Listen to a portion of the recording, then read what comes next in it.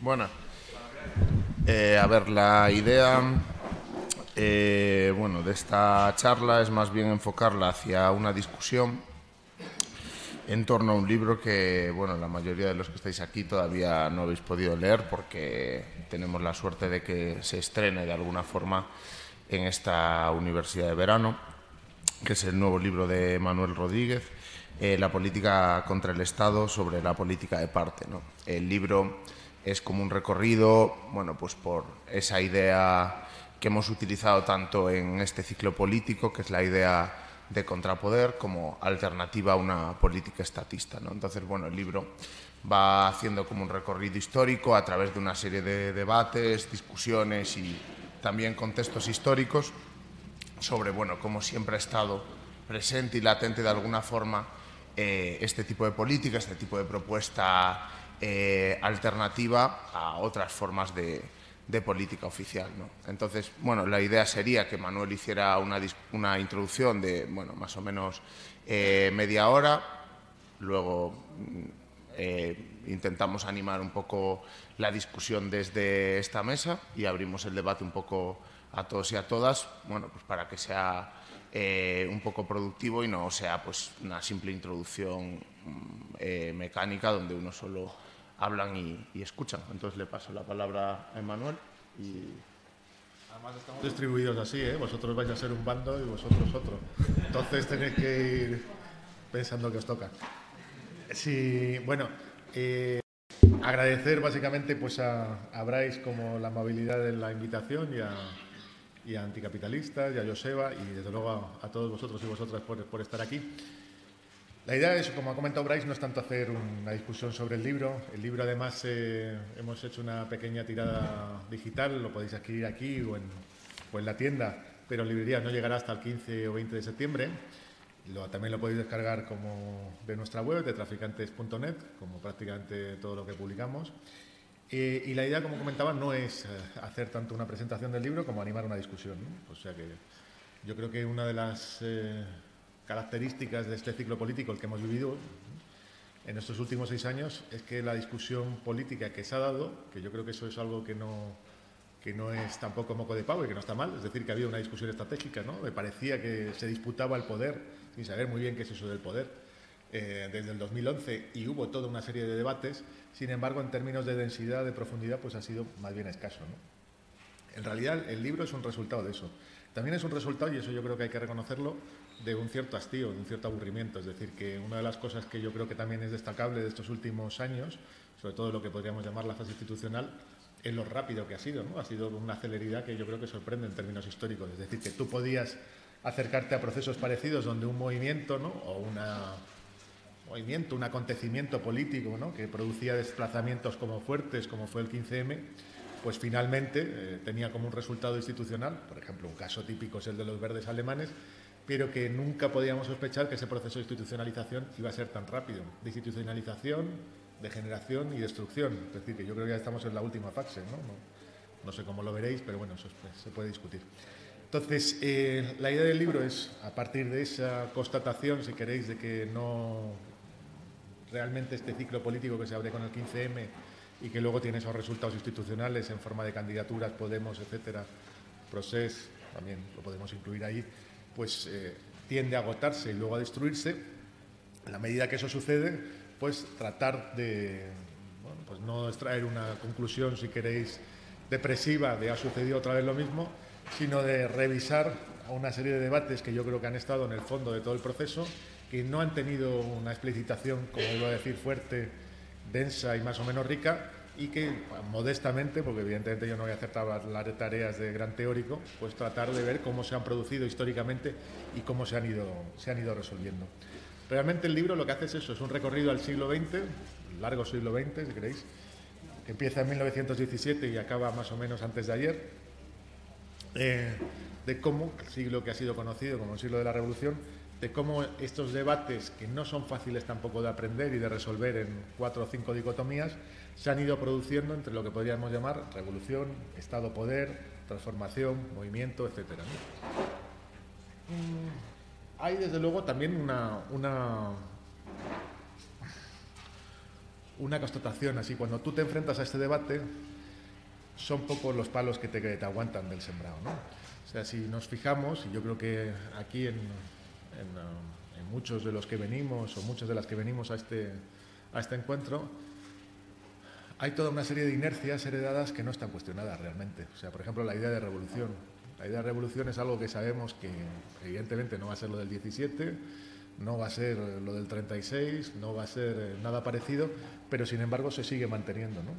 Hay también un vacío de proyecto político muy fuerte, es decir, no hay capacidad como de, bueno, pues como podía ser en los años 50 o 60, no digo tanto en Europa, pero por ejemplo en los países que estaban experimentando en ese momento la descolonización, pues una idea fuerte de comunismo que era capaz de animar un proceso mezclada con otras cosas, ¿no?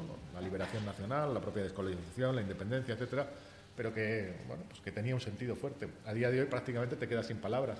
De hecho, una de las cosas como más también sorprendentes del 15M es que recupera un lenguaje viejo, pero que era un lenguaje que para buena parte del activismo de la militancia pues estaba desgastado.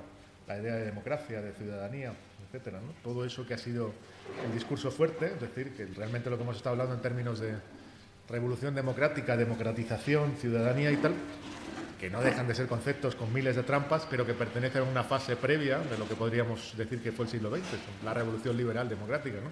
Más que la revolución comunista, ¿no? La revolución socialista, ¿no? Bien, con esos elementos y como para tratar de centrar un poco la discusión, os hago un resumen brevísimo de cómo está esta historia, cómo lo es desde una perspectiva que yo creo que es, en cierta medida, si no personal, sí como muy situada, ¿no? Una posición, bueno, muy localizada, muy localizable en determinada tradición, ¿no? ¿No se oye bien? Pues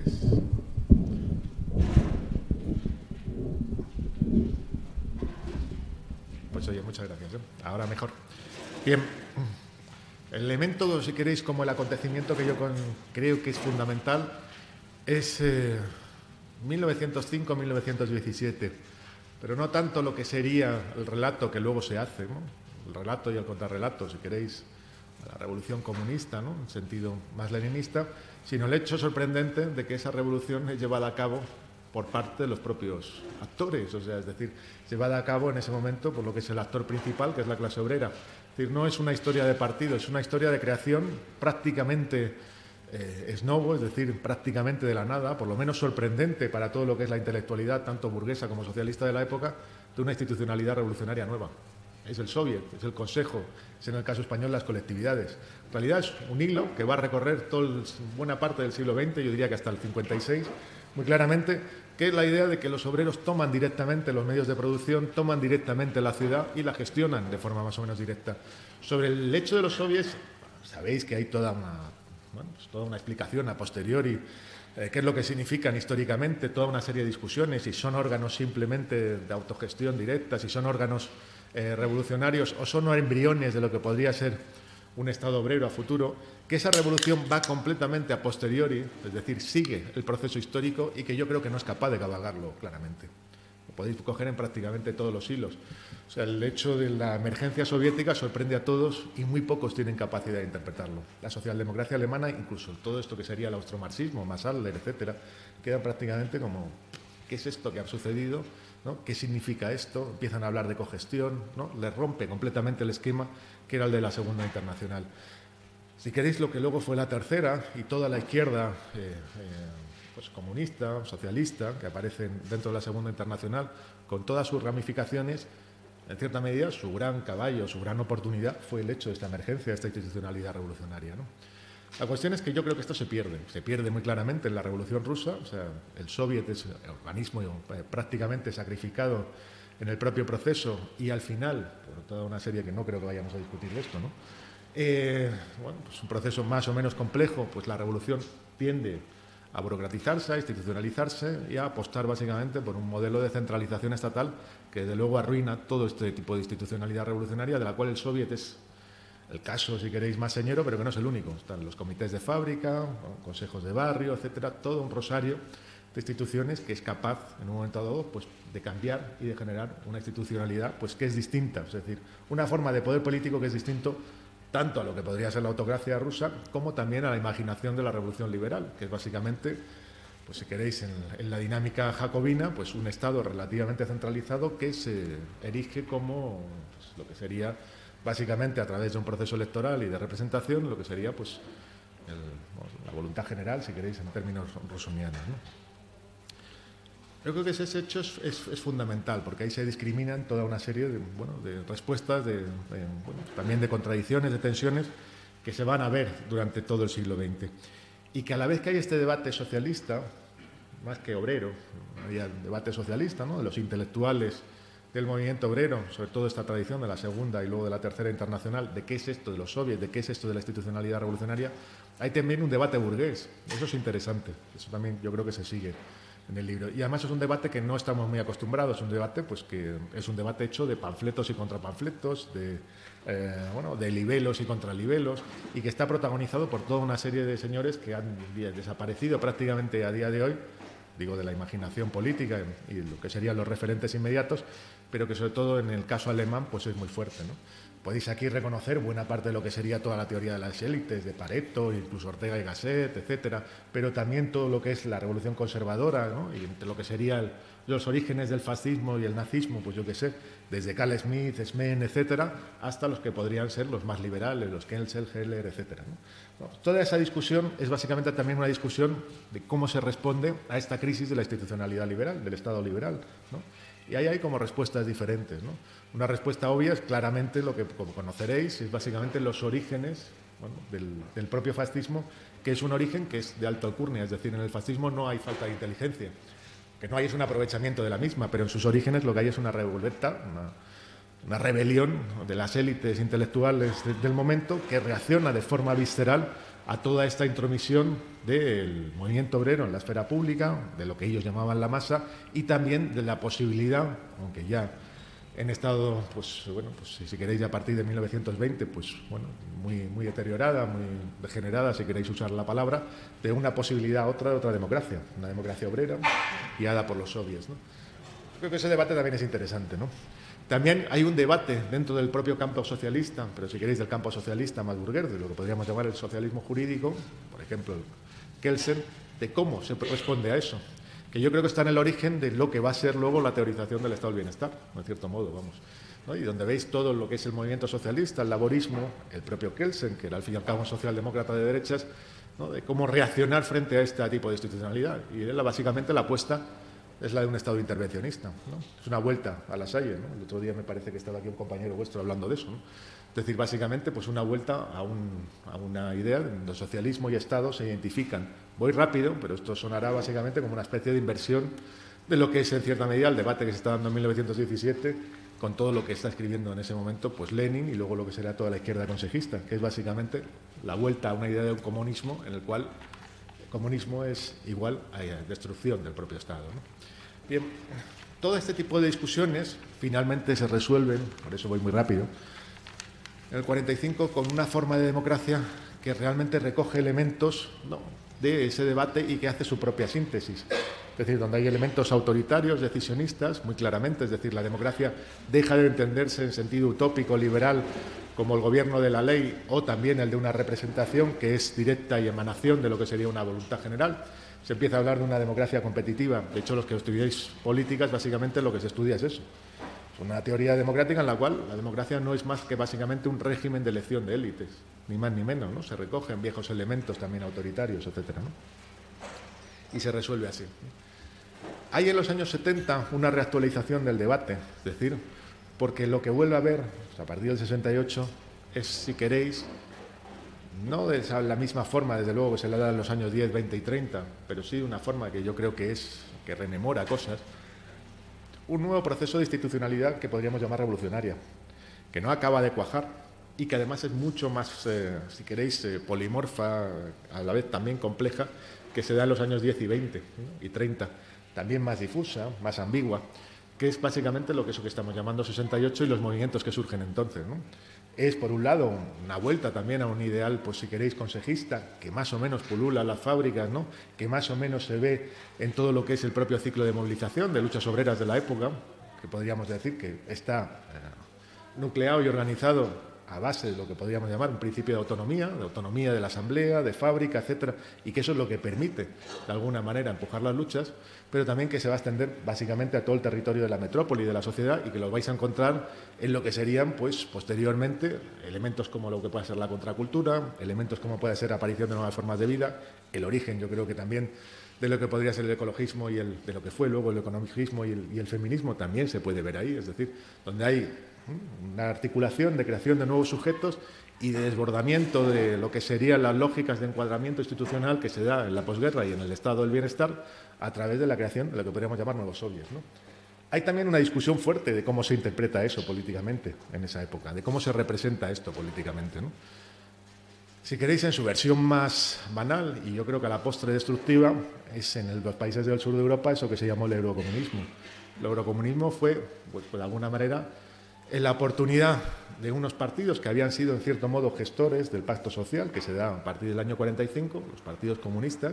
Bueno, el caso del Pichi yo creo que es el más claro y evidente, pero también el Partido Comunista francés, incluso de los partidos comunistas ibéricos, de tener por lo menos la posibilidad de acceder al gobierno, ¿no? O de tener una posición gubernamental más o menos clara, ¿no? A veces no necesariamente directamente, pero sí participación en gobiernos de coalición, etcétera, que estaba cabalgando precisamente este proceso de movilización, de institucionalidad nueva que se había creado en el 68, ¿no? Y que, sin embargo, lo va a entender otra vez en una clave que es puramente estatal, es decir, volver a pensar de nuevo que la gran palanca de transformación es básicamente la propia llegada al gobierno. Es decir, se da aquí una discusión muy clara entre lo que sería la dinámica de movilización y aquello que pretende representarla en términos políticos, ¿no? Hay también una discusión en esa época, que la conoceréis muchos o muchas, en cómo se puede generar un mecanismo que sea la propia producción de proyectualidad teórica, institucional, que esté completamente, que sea inmanente, que esté completamente inscrita en las luchas. Lo vais a ver en una serie de grupos, como por ejemplo Socialismo Barbarie, la tendencia en Forest, donde estaba C.L.R. James, en el caso de Estados Unidos y su atención a lo que sería el movimiento negro y especialmente en las fábricas, en Detroit, el caso de la autonomía operaria italiana, bueno, y algunos más, ¿no? Pues algunos que simplemente pues son intuiciones que se dan en la fábrica por parte de determinados grupos, de decir cómo conseguimos pensar esto que se está produciendo aquí, todo este germen de nueva institucionalidad que se está produciendo aquí, sin delegarlo a alguna forma que es clásica y que no responde a lo mismo y que sabemos que la va a traicionar, ¿no? Bueno, en cierta medida, esto de este tipo de discusión.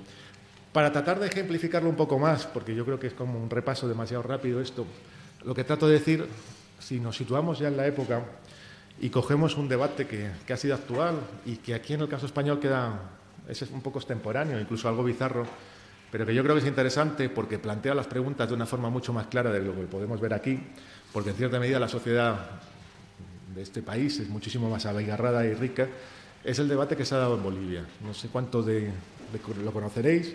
Seguramente conoceréis a Álvaro García Linera, ¿no? La mayoría de vosotros, el vicepresidente, ¿no?, del gobierno más, y la lectura que hace Álvaro García Linera del proceso boliviano, que es básicamente hay toda una serie de luchas, que son luchas contra el neoliberalismo, que son las guerras del gas, del agua, etcétera, tal cual, que estas luchas lo que van a producir es una crisis institucional, en términos, si queréis, como muy clásicos, él hablará pues de una crisis orgánica o con un término parecido, pero en cualquier caso la herencia gramsciana es bastante fuerte, que esa crisis institucional lo que va es a permitir la emergencia de un polo que podríamos llamar un nuevo bloque histórico que es representado por un brazo político, en este caso el MAS, y que a través de lo que sería una situación de combate, de lucha, que tiene distintas fases, pues una primera de empate, otra primera de victoria, otra de consolidación, pues lo que lleva básicamente es al triunfo de una revolución, bueno, política y con visos sociales que permite escalar históricamente el proceso a futuro. En realidad, esta interpretación, que es yo creo que la más conocida desde luego en Europa occidental, incluso en Estados Unidos y desde luego aquí también, es una interpretación que tiene trampa, ¿no? Es heredera de toda una tradición de lo que es la izquierda latinoamericana, que es una tradición básicamente que entiende la revolución nacional como revolución socialista, en donde básicamente el problema es cómo articular un Estado que sea capaz de cumplir etapas que en Europa se han producido de otra manera, pues mucho más lenta, sosegada y que son más distinguibles en términos políticos, ¿no?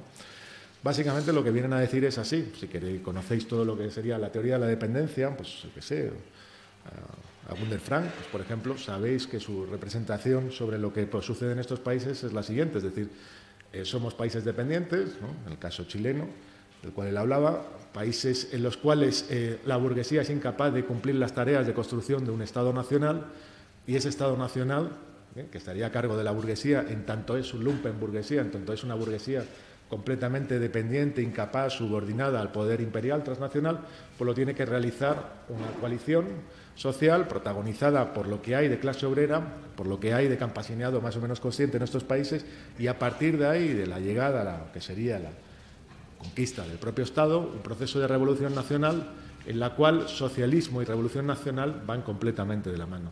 En cierta medida yo creo que Linera es básicamente el heredero de aquello, el último heredero de aquello.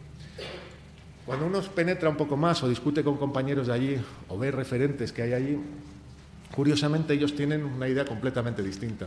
De hecho, si tenéis contactos en Bolivia y no simplemente ligados a la vicepresidencia, al gobierno o al MAS, veréis que buena parte de lo que era el tejido social que empujó la movilización, pues tiene una opinión tirando a mala de lo que ha sido el proceso del MAS, el ciclo boliviano institucional que se inaugura a partir del 2005-2006 y que básicamente, aunque reconocen pues, algunas de las victorias, pues, en parte la constituyente, en parte algo la ley de reforma agraria, pues no se reconocen en el proceso y dicen que ha sido básicamente una traición enésima a las potencias que se habían puesto en marcha ahí. Quizá conozcáis a algunos compañeros de allí, pues no lo sé si os sonará Luis Tapia, Silvia Riguera Cusicanqui, Raquel Gutiérrez, Huáscar Salazar. Bueno, es gente que ha trabajado sobre esto. O sea que el debate tiene bastante más altura que, por ejemplo, el que se pueda dar aquí. Y ellos básicamente lo que plantean es, en todo este ciclo boliviano, y dado que la sociedad boliviana es una sociedad compleja, y no es una sociedad donde hay todavía una institucionalidad que es aparte de la institucionalidad estatal, es decir, que no está penetrada por el Estado, eso es una obviedad, es decir, no existe nada fuera del Estado, tampoco en Bolivia, pero sin embargo hay grados de autodeterminación y autonomía más o menos fuertes, es decir, donde vais a encontrar, donde hay comunalidades o comunas, o lo que sería una realidad indígena, a veces incluso mestiza, en las ciudades que tiene capacidad de autogestión real, autogestión sobre recursos materiales, capacidad de gobierno directo sobre los mismos. No lo idealizan, evidentemente, no están hablando de que la realidad indígena, primigenia y tal, no tiene nada que ver con ese discurso, que es de hecho bastante funcional a lo que podría ser este del gobierno del MAS. No todo lo contrario, lo que dicen básicamente lo que hay sí que es una creación política que se ha realizado en las luchas, pero en la cual hay una capacidad social todavía de generar espacios comunitarios y espacios de autogobierno real. El hecho de que en un proceso de estos de revolución nacional estén completamente subordinados al Estado, lo que hace es precisamente distribuir el fermento vivo, el germen vivo, que lo que era permitía y empujaba el proceso más allá. Lo que ellos plantean con una relación con el Estado no tiene nada que ver con lo que sería la imagen que se extiende, no muy claramente, con la tradición anarquista, aunque algunos de ellos sí se reivindican como tales. Es básicamente, es sobre este fermento y su relación con el Estado no puede ser de subordinación. Básicamente lo que se trata es de aislar al Estado, de que el Estado no pueda intervenir sobre estas dinámicas de autogobierno, que el Estado sí pueda ser un instrumento de redistributivo relativo en algún campo, pero que básicamente que no intervenga sobre la tierra, que no intervenga sobre los recursos que gestionamos de forma comunitaria, que eso es lo que tiene que quedar reflejado en una Constitución. En cierta medida, la dinámica tiene algún punto parecido a lo que serían el de las revoluciones liberales, pero no partiendo de lo que sería el individuo heroico, el comerciante, el empresario, el capitán de la industria, sino lo que son precisamente esas comunalidades o si queréis que decir estas realidades societarias más o menos vías que tienen capacidad de arrancar sobre el Estado una serie de espacios que destruyen su propio monopolio, incluso en términos como puede ser la representación, o si conocéis algo de estas realidades constitucionales, el hecho de que se reconozcan como distintos campos o ámbitos de justicia, que ya sea de una forma muy degradada, o distintos ámbitos en los cuales hay como dobles o triples sistemas de asistencia, o donde haya un reconocimiento fuerte de lo que podría ser la propiedad comunal, etcétera, ¿no? Si veis un poco por dónde voy, evidentemente, trasladar la realidad boliviana a la realidad de Europa del Sur, pues tiene poca traslación. O sea, que nosotros vivimos en las sociedades donde el Estado es infinitamente más fuerte y está presente prácticamente en todo, ¿no? Pero que no deja de ser uno de los problemas fuertes. Es decir, que, por ejemplo, y yo creo que esto es algo que compartiremos, es decir, hay una reflexión fuerte en el campo de la crítica, encabezada por el marxismo, de entendimiento, de comprensión de lo que es la acumulación capitalista como un proceso de concentración evidente de la riqueza, del poder y de expropiación de la misma, ¿no? Con todas las ramificaciones que hay. Respecto al poder político existe ingenuidad, yo creo más bien. Es decir, no se reconoce que, por ejemplo, el poder político concentrado del Estado, en análisis más o menos sofisticados sí, es básicamente una herramienta funcional a este proceso.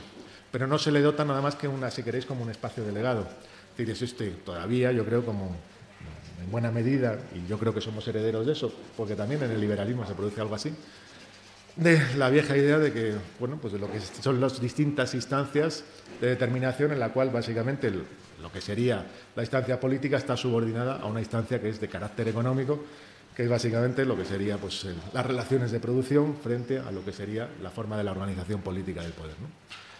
Yo creo que eso impide pensar políticamente los procesos, o que te presenta dificultades.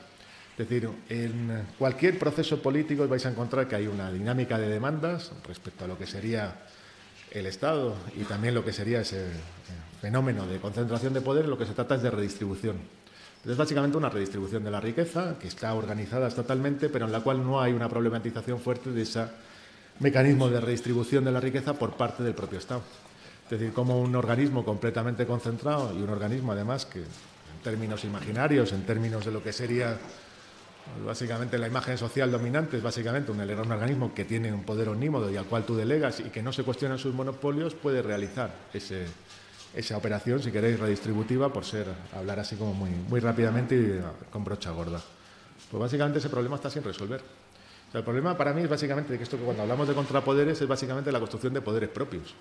Poderes propios en términos tradicionales, de lo que fue la tradición del movimiento obrero, eran básicamente tres, ¿no? Que es el Ateneo, Centro Social, Casa del Pueblo, etcétera, en la cual nos organizamos en el barrio para hacer tal, puede ser bolsa de trabajo, etcétera, el sindicato y la cooperativa, ¿no?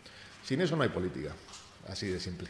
Es decir, si tú no eres capaz de construir un poder real, y esto no es una consigna, no es poder popular, es algo material, es algo que tú vas a un sitio y ves, esto está organizado o no lo estás.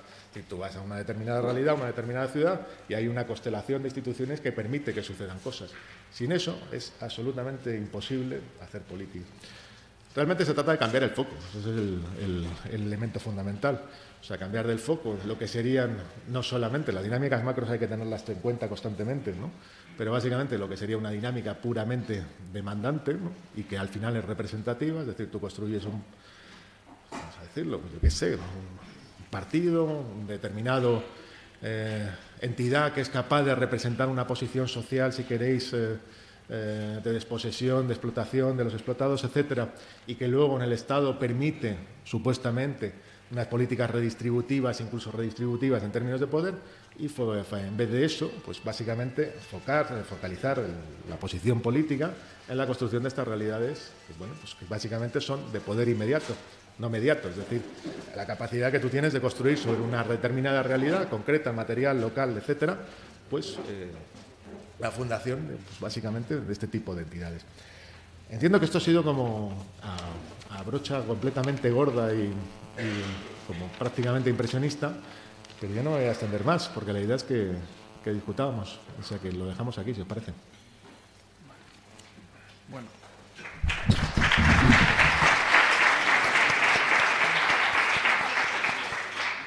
Bueno, veo aquí a mucha gente que va a ser capaz de intervenir y participar en el debate. Si veo que nos anima, os voy a ir señalando a la antigua usanza, en plan, ¿qué opinas? ¿Qué opinas? Porque creo que esa es la gracia. A ver, yo voy a plantear como algunos dilemas que, bueno, después de la lectura del libro y también de, bueno, muchas discusiones que hemos tenido entre compañeros y compañeras, pues se me han venido como planteando en los últimos tiempos, ¿no? O sea, los voy a plantear en términos muy abstractos, pero luego creo que tienen consecuencias concretas para la estrategia política y para cómo la pensamos aquí ahora, porque creo que esto en el fondo lo que esconde es una discusión de estrategia, ¿no? Cómo abordamos la cuestión del poder, ¿no? Para tratar de pensar una sociedad poscapitalista, ¿no? Y ahí Emmanuel yo creo que planteaba una cosa que es fundamental, que estamos en tiempos de política sin horizonte, ¿no? Que todo lo que era el horizonte de transformación socialista de la sociedad ha sido borrado.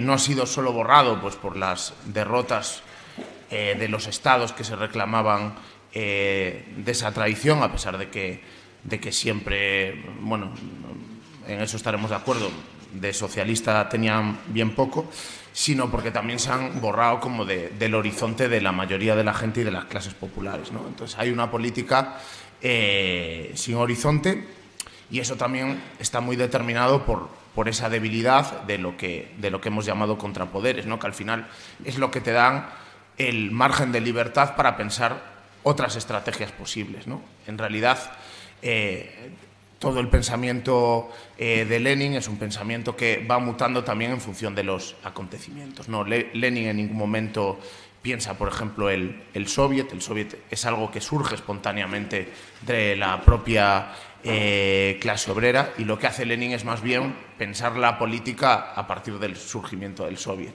Es decir, surge un órgano que no es estatal, surge un órgano que es una forma nueva de poder, encabezada por los trabajadores, pero bueno, también por los campesinos y por los soldados, y a partir de ahí, como pienso yo, una estrategia socialista, ¿no? Y un poco la propuesta que ha dominado el siglo XX en la tradición comunista, al menos en la tradición comunista que se reclamaba auténticamente comunista, era la idea de: surge el doble poder, el contrapoder, lo transformamos en doble poder, cercamos el Estado y lo asaltamos mediante una insurrección. La pregunta que nos hacemos nosotros, obviamente, es si esa propuesta estratégica ahora mismo tiene vigencia tal y como la pensaban los leninistas, que yo creo que estamos bastante de acuerdo en que no.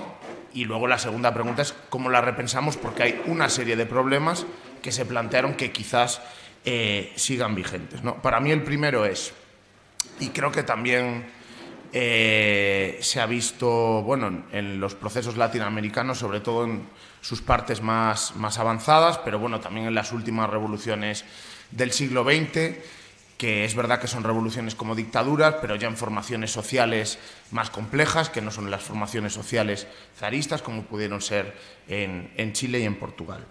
Una vez surgen estos elementos de contrapoder, que pueden mutar en elementos de doble poder, y aquí la idea de doble poder yo creo que es importante, llega un momento en donde hay una incompatibilidad de poderes.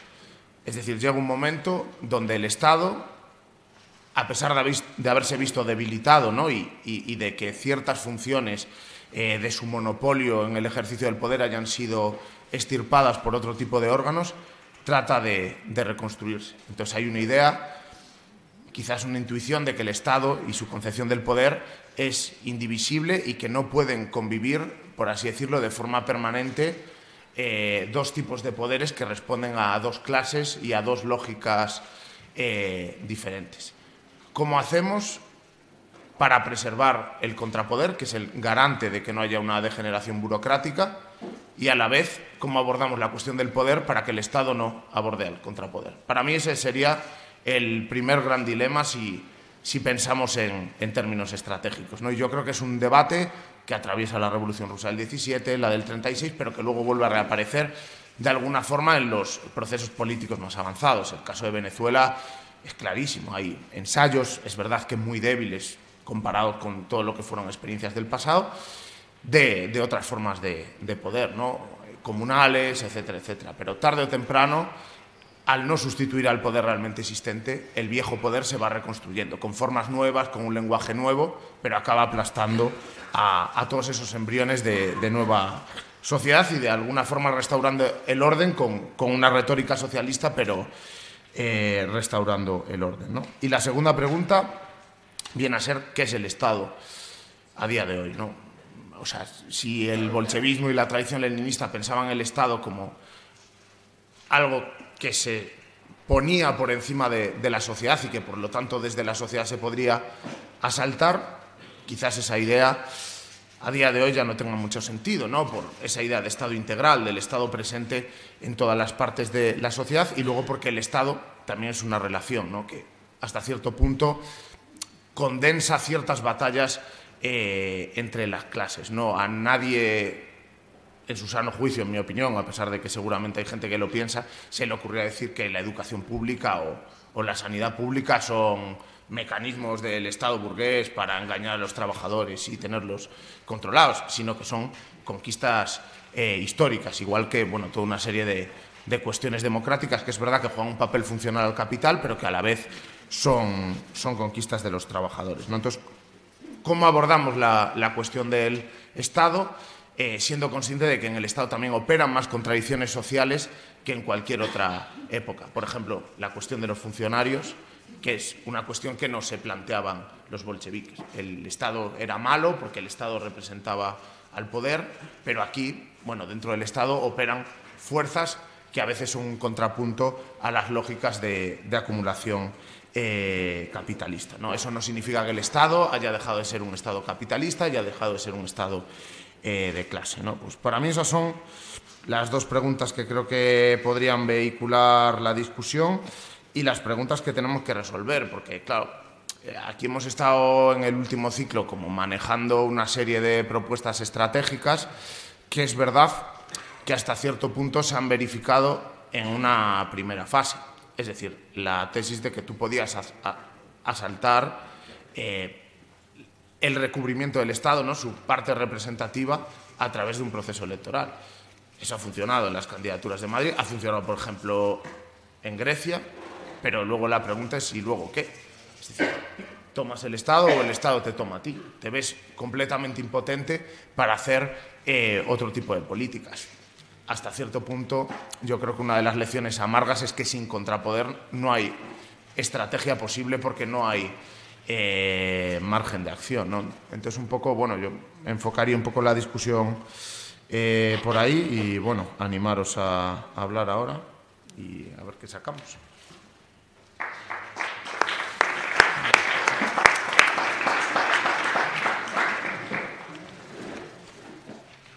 Ha sido breve, ¿no? O sea, que ahora tenéis que venir aquí de tribunos y hablar aquí. ¿Ese micro funciona? Ah, sí, pues.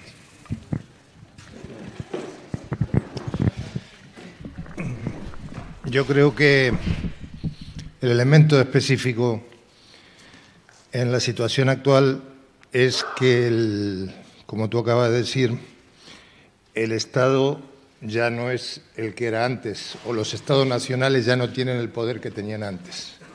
Entonces hoy tenemos poderes supranacionales en el campo económico, los grandes poderes financieros e industriales, y en el campo político, en el caso de Europa, tenemos la Comunidad, la Unión Europea. Entonces, creo que hoy no podemos plantearnos el tema de contrapoderes, sino nos planteamos contrapoderes a esa escala, a una escala que seamos capaces de enfrentarnos a estos nuevos poderes. Y creo que seguimos pensando siempre en el esquema que la transformación tiene que partir de un Estado, que luego se sumarían otros, y no pensamos en esta clave de los contrapoderes a nivel europeo e incluso internacional.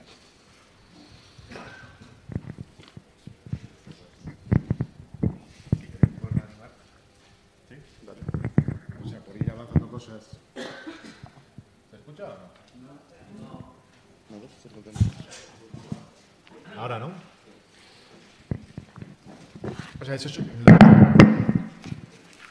lo fundamental es, por ejemplo, lo que acabas de señalar tú, o sea, que toda la política tal y como se ha concebido en términos, lo creo que la política del siglo XX el esquema era relativamente sencillo, o sea, tomabas el Estado y a partir de ahí iniciabas un proceso de transformación social que en unos casos era más o menos original, en otros era básicamente como un empujón, si queréis, a la dinámica de acumulación, pero concentrada a partir del Estado y que luego eso permitiría generar riqueza y distribuirla, ¿no?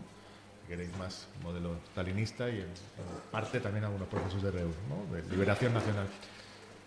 O sea, básicamente la idea que nosotros tenemos del Estado es una idea que es una ficción. O sea, siempre lo fue, excepto para un puñado de estados que fueron los grandes imperios en su momento, ¿no? Los grandes estados nacionales capaces de generar un área imperial, un área, si queréis, de dominio, la última fase de dominio prácticamente mercantilista de territorios gigantescos del globo, que es la idea de la soberanía del Estado. ¿Dónde? Es un territorio acotado, cerrado, donde hay tres elementos, territorio, población, ¿no? y donde tú eres capaz de organizar esa realidad en términos económicos, sociales, culturales, sobre todo a partir de los años 20, 30, donde el Estado va asumiendo tareas que no estaban en principio consignadas o asignadas por parte de lo que sería el liberalismo. Bueno, pues esa idea, en cierta medida, históricamente siempre ha sido una ficción, salvo para este puñado de estados, y a día de hoy lo es más.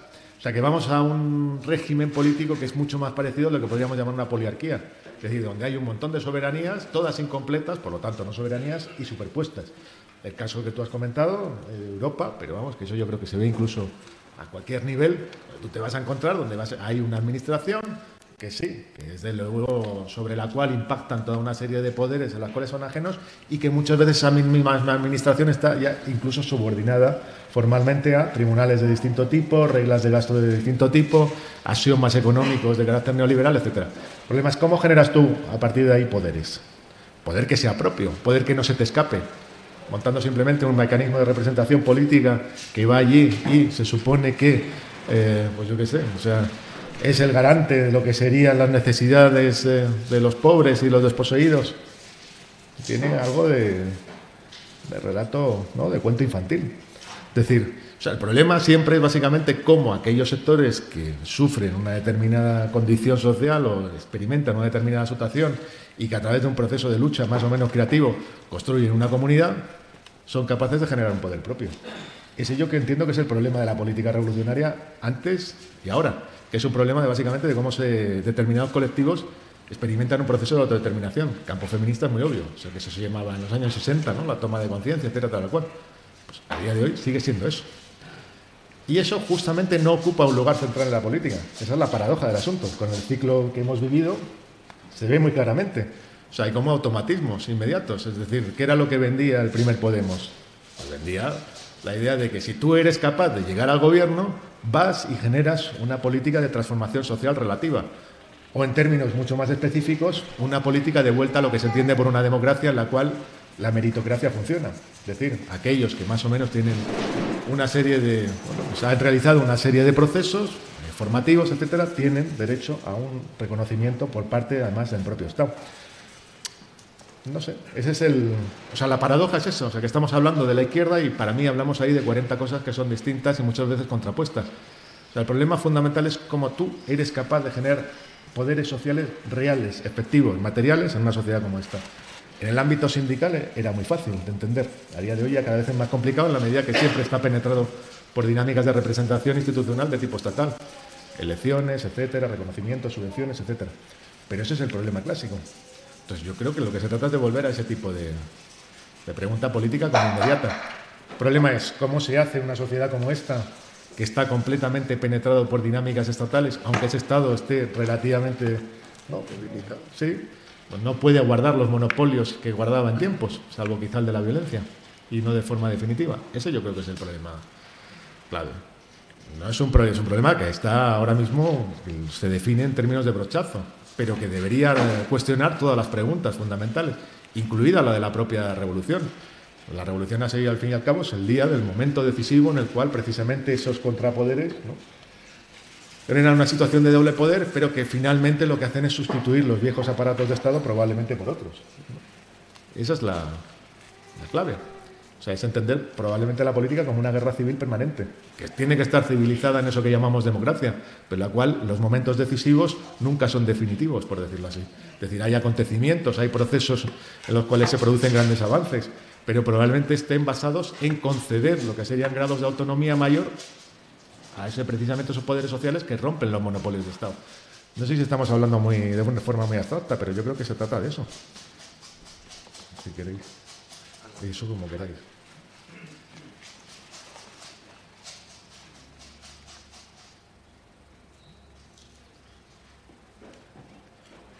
Venga, animaros. Rubén, te veo ahí con ganas de... Sí, claro,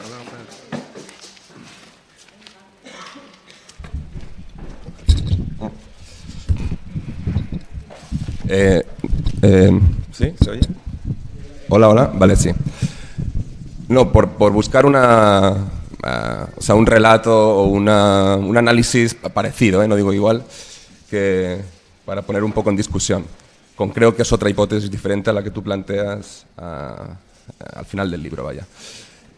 Bueno, recordaba el libro este de La Vall-d'Ardó, de Lo Común, que ellos hacen también un recorrido a través de estas prácticas, digamos, que desestatalizan, ¿no?, las instituciones y que intentan producir un espacio de organización social y económica no mediada por el valor de cambio, básicamente. Y hacen una historiografía de eso. Y curiosamente llegan a una conclusión parecida a la que le ha ocurrido a gente como, por ejemplo, que, digamos, apostaba, por lo menos durante una época, por el Estado, como a Harvey, ¿no? Han ido a acabar al municipalismo, ¿no?, a una, digamos, una tradición ligada al mutualismo, al cooperativismo, a las formas de organización social y económica a partir del valor de uso, y que curiosamente, y esto también sale en el libro este de La Vall-d'Ardó, y creo que se refleja un poco lo que comentabas tú, han producido su propio derecho, ¿no?, lo que se llamó en su momento el derecho proletario, ¿no? No el derecho burgués, sino el derecho proletario. Es decir, sindicatos, cooperativas, prácticas mutualistas han ido históricamente produciendo formas de organización, a veces, digamos, descentralizadas, que tienden a la descentralización, con sus propias formas de autoridad basada en el reconocimiento, etcétera, no una autoridad monopolizada y que se pasa de casta en casta, ¿no?, pero que han producido su propio derecho, ¿no? La solución, digamos, a políticas o a formas de organización social y económica que desestatalicen, al final en la práctica histórica, cogen el hilo del municipalismo. Y viene, pues, ¿no?, se recupera Booking, etcétera. Es decir, que la forma histórica bajo la cual ese derecho proletario, basado en instituciones, cooperativas, etcétera, sindicatos, etcétera, ha ido produciendo una forma de organización territorial concreta anti-Estado, desestatalizada, son las formas de municipalismo confederal, ¿no?, que incluso pueden moverse en territorios que van más allá de lo local, ¿no?, del localismo, ¿no? Creo que, curiosamente, ese tipo de discurso, como mínimo, igual un poco epidérmico, se ha recuperado, ¿no?, cuando se habla en esta ola, en este ciclo político del municipalismo, pero no desprendido de esas instituciones representativas a las cuales se les delega poder, etcétera. No es un municipalismo estatalista, es un municipalismo estatalista, curiosamente, ¿no? Pero, bueno, yo, por lo menos, digamos, pensándolo de forma práctica, si ha habido algo que se ha mantenido, incluso en este ciclo, de manera un poco errática, etcétera, sí que es ese discurso o esa práctica municipalista, localista, pensado a partir de instituciones mutualistas. Lo curioso, y yo aquí sí que veo posibilidades de un contrapoder que negocia de forma contradictoria con el Estado, es que ese derecho proletario que se ha ido acumulando negocia con el derecho estatal.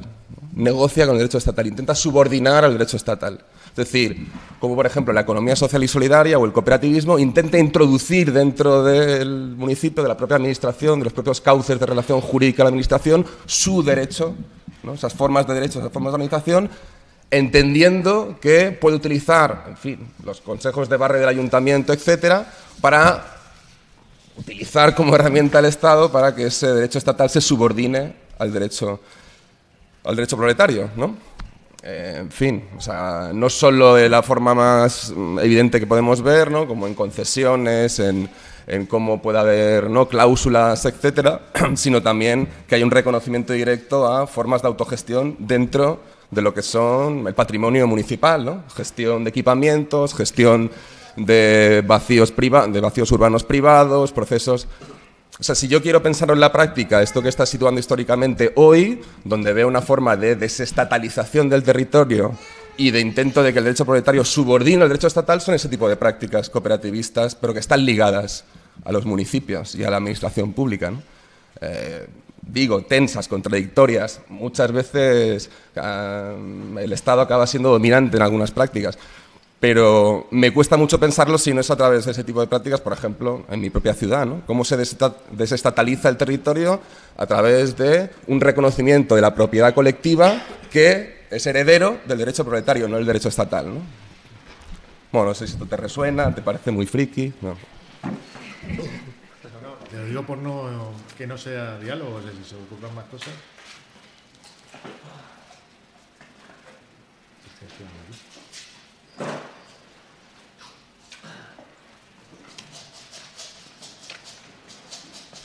A ver, yo en general estoy de acuerdo con lo que planteáis sobre el poder, el Estado y el tipo de asalto, entre comillas, al mismo para transformar la sociedad. No tengo una diferencia ahí.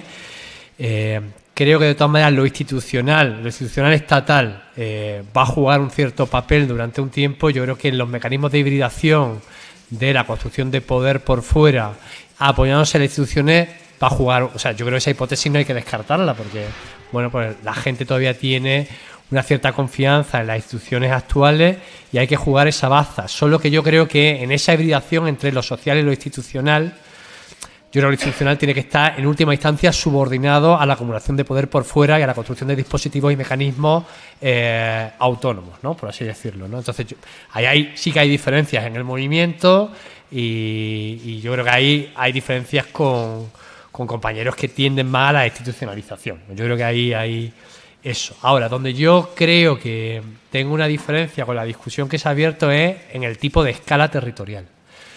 Yo creo que hay como dos impotencias que hay que, bueno, pues, que hay que dejar para tener algún tipo de hoja de ruta factible.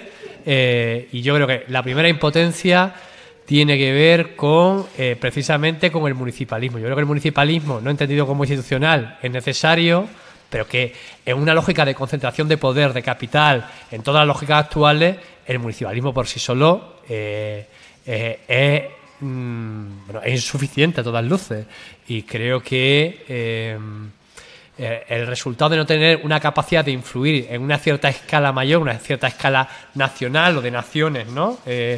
Pues al final te lleva a recluirte en lo local, pero es hacer de la necesidad virtud, yo creo. Es decir, que yo creo que ahí no hay.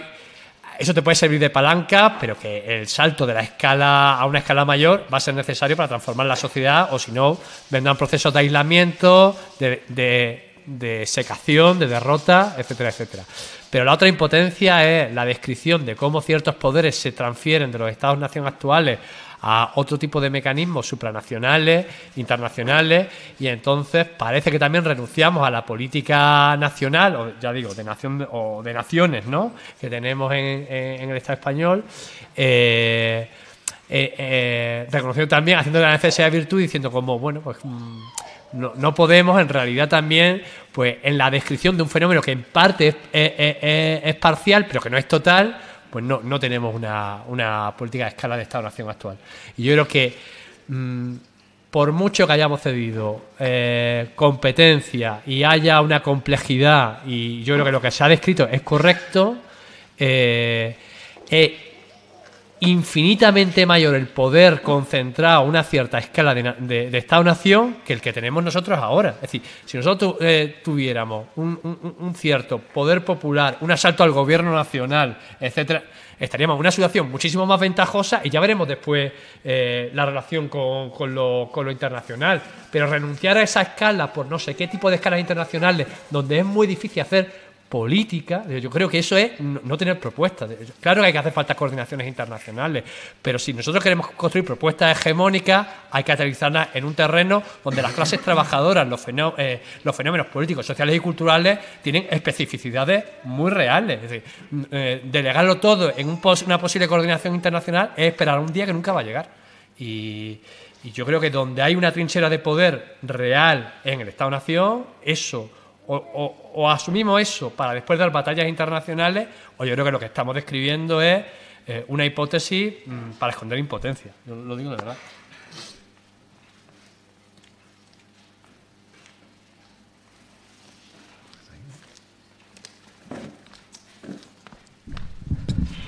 Buenos días a todos y a todas.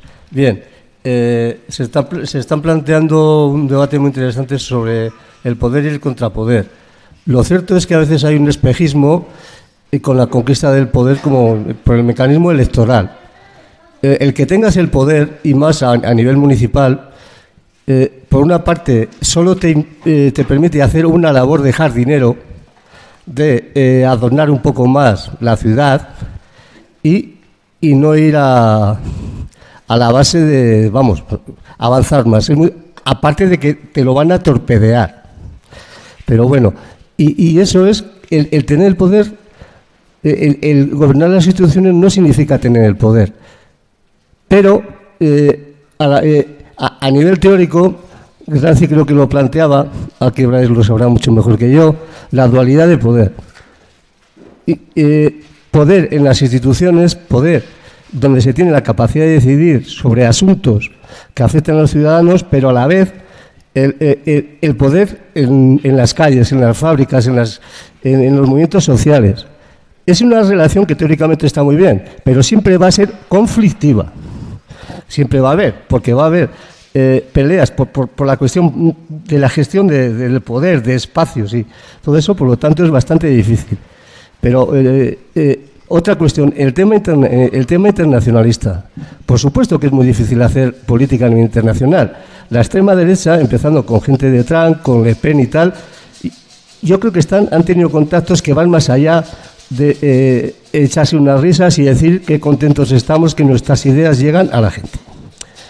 Creo que intentan algo más que eso, la internacionalización, y lo están consiguiendo de alguna manera, de ideas conservadoras. Así que están practicando de alguna manera el internacionalismo. Que, por cierto, que la internacional, a pesar de que ser una... yo tengo amigos y amigas que dicen, el cantar la internacional es muy viejuno. Muy viejo, no tiene nada que ver, pero yo creo que cada vez es más vigente. Eso por una parte. Y por otra, quiero recordar que aquí, hablando un poco del estado del bienestar, de la cuestión económica y tal, creo que lo oía aquí hace años o en algún otro sitio. Y planteaba una cosa, el estado del bienestar es un lujo innecesario. Una vez desaparecido el peligro comunista o presunto peligro comunista, es un lujo innecesario. También era un poco espejismo, porque el estado del bienestar, aparte de la que se generó, según lo veo yo, para una manera de seguir el mecanismo, producir hasta el infinito del capitalismo, también para muro de contención hacia el peligro, presuntamente peligro comunista. Una vez que desapareció el presunto peligro comunista, la caída del muro de Berlín y tal, pues, ¿para qué queremos el estado del bienestar? ¿Para qué? Nada más.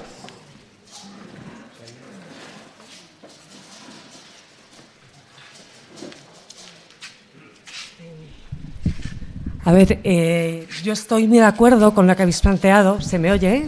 Sí. Sí que creo que hay una dolencia y una falta de mira al futuro total, y que el contexto de colapso ecológico, de crisis permanente, están continuamente saliendo noticias de una nueva recesión de aquí a 2 años. Sabemos lo que supone en cuanto a incremento de desigualdades sociales, en cuanto a recortes y desmantelamiento de sistemas públicos que vienen para quedarse, y creo que no se está mirando ahí ni desde la acción social ni desde la acción política muchas veces, ¿no? Entonces, partiendo de esa realidad, creo que hay también una necesidad de aprovechar todos los resquicios o todas las posibilidades de acción, ¿no?, sin descartar la vía institucional. Aunque sí que creo que es también más urgente que nunca el generar y favorecer esos contrapoderes, que creo que pueden ser más también, ¿no?, de los que habéis mencionado. Entonces, mi pregunta va, mi aportación al debate, sobre si creéis que es posible potenciar ese contrapoder de alguna manera desde esa vía también, porque las que hemos estado trabajando desde abajo, desde la generación de alternativas, ya sea en cooperativas, en movimientos y demás, muchas veces nos encontramos también ese muro y esa barrera de la falta de acceso a recursos, de las dificultades de difusión de esas alternativas y de llegar a otros lugares. Y creo que sí que se puede jugar un papel en reorientar esa acción política, con esas contradicciones también de que puede ser copada, ¿no?, por esa lógica de Estado y de poder. Pero bueno, planteo aquí al debate si creéis que se puede potenciar ese contrapoder desde ahí. Y luego creo que también dentro de esos mecanismos que están integrados dentro del propio Estado, como hablabais del sistema público de salud o del sistema de educación, hay corrientes teóricas muy interesantes que también plantean cómo generar contrapoderes desde, pues desde lo que es la salud de la gente o desde la capacidad de incidencia en esos ámbitos. Y nada más.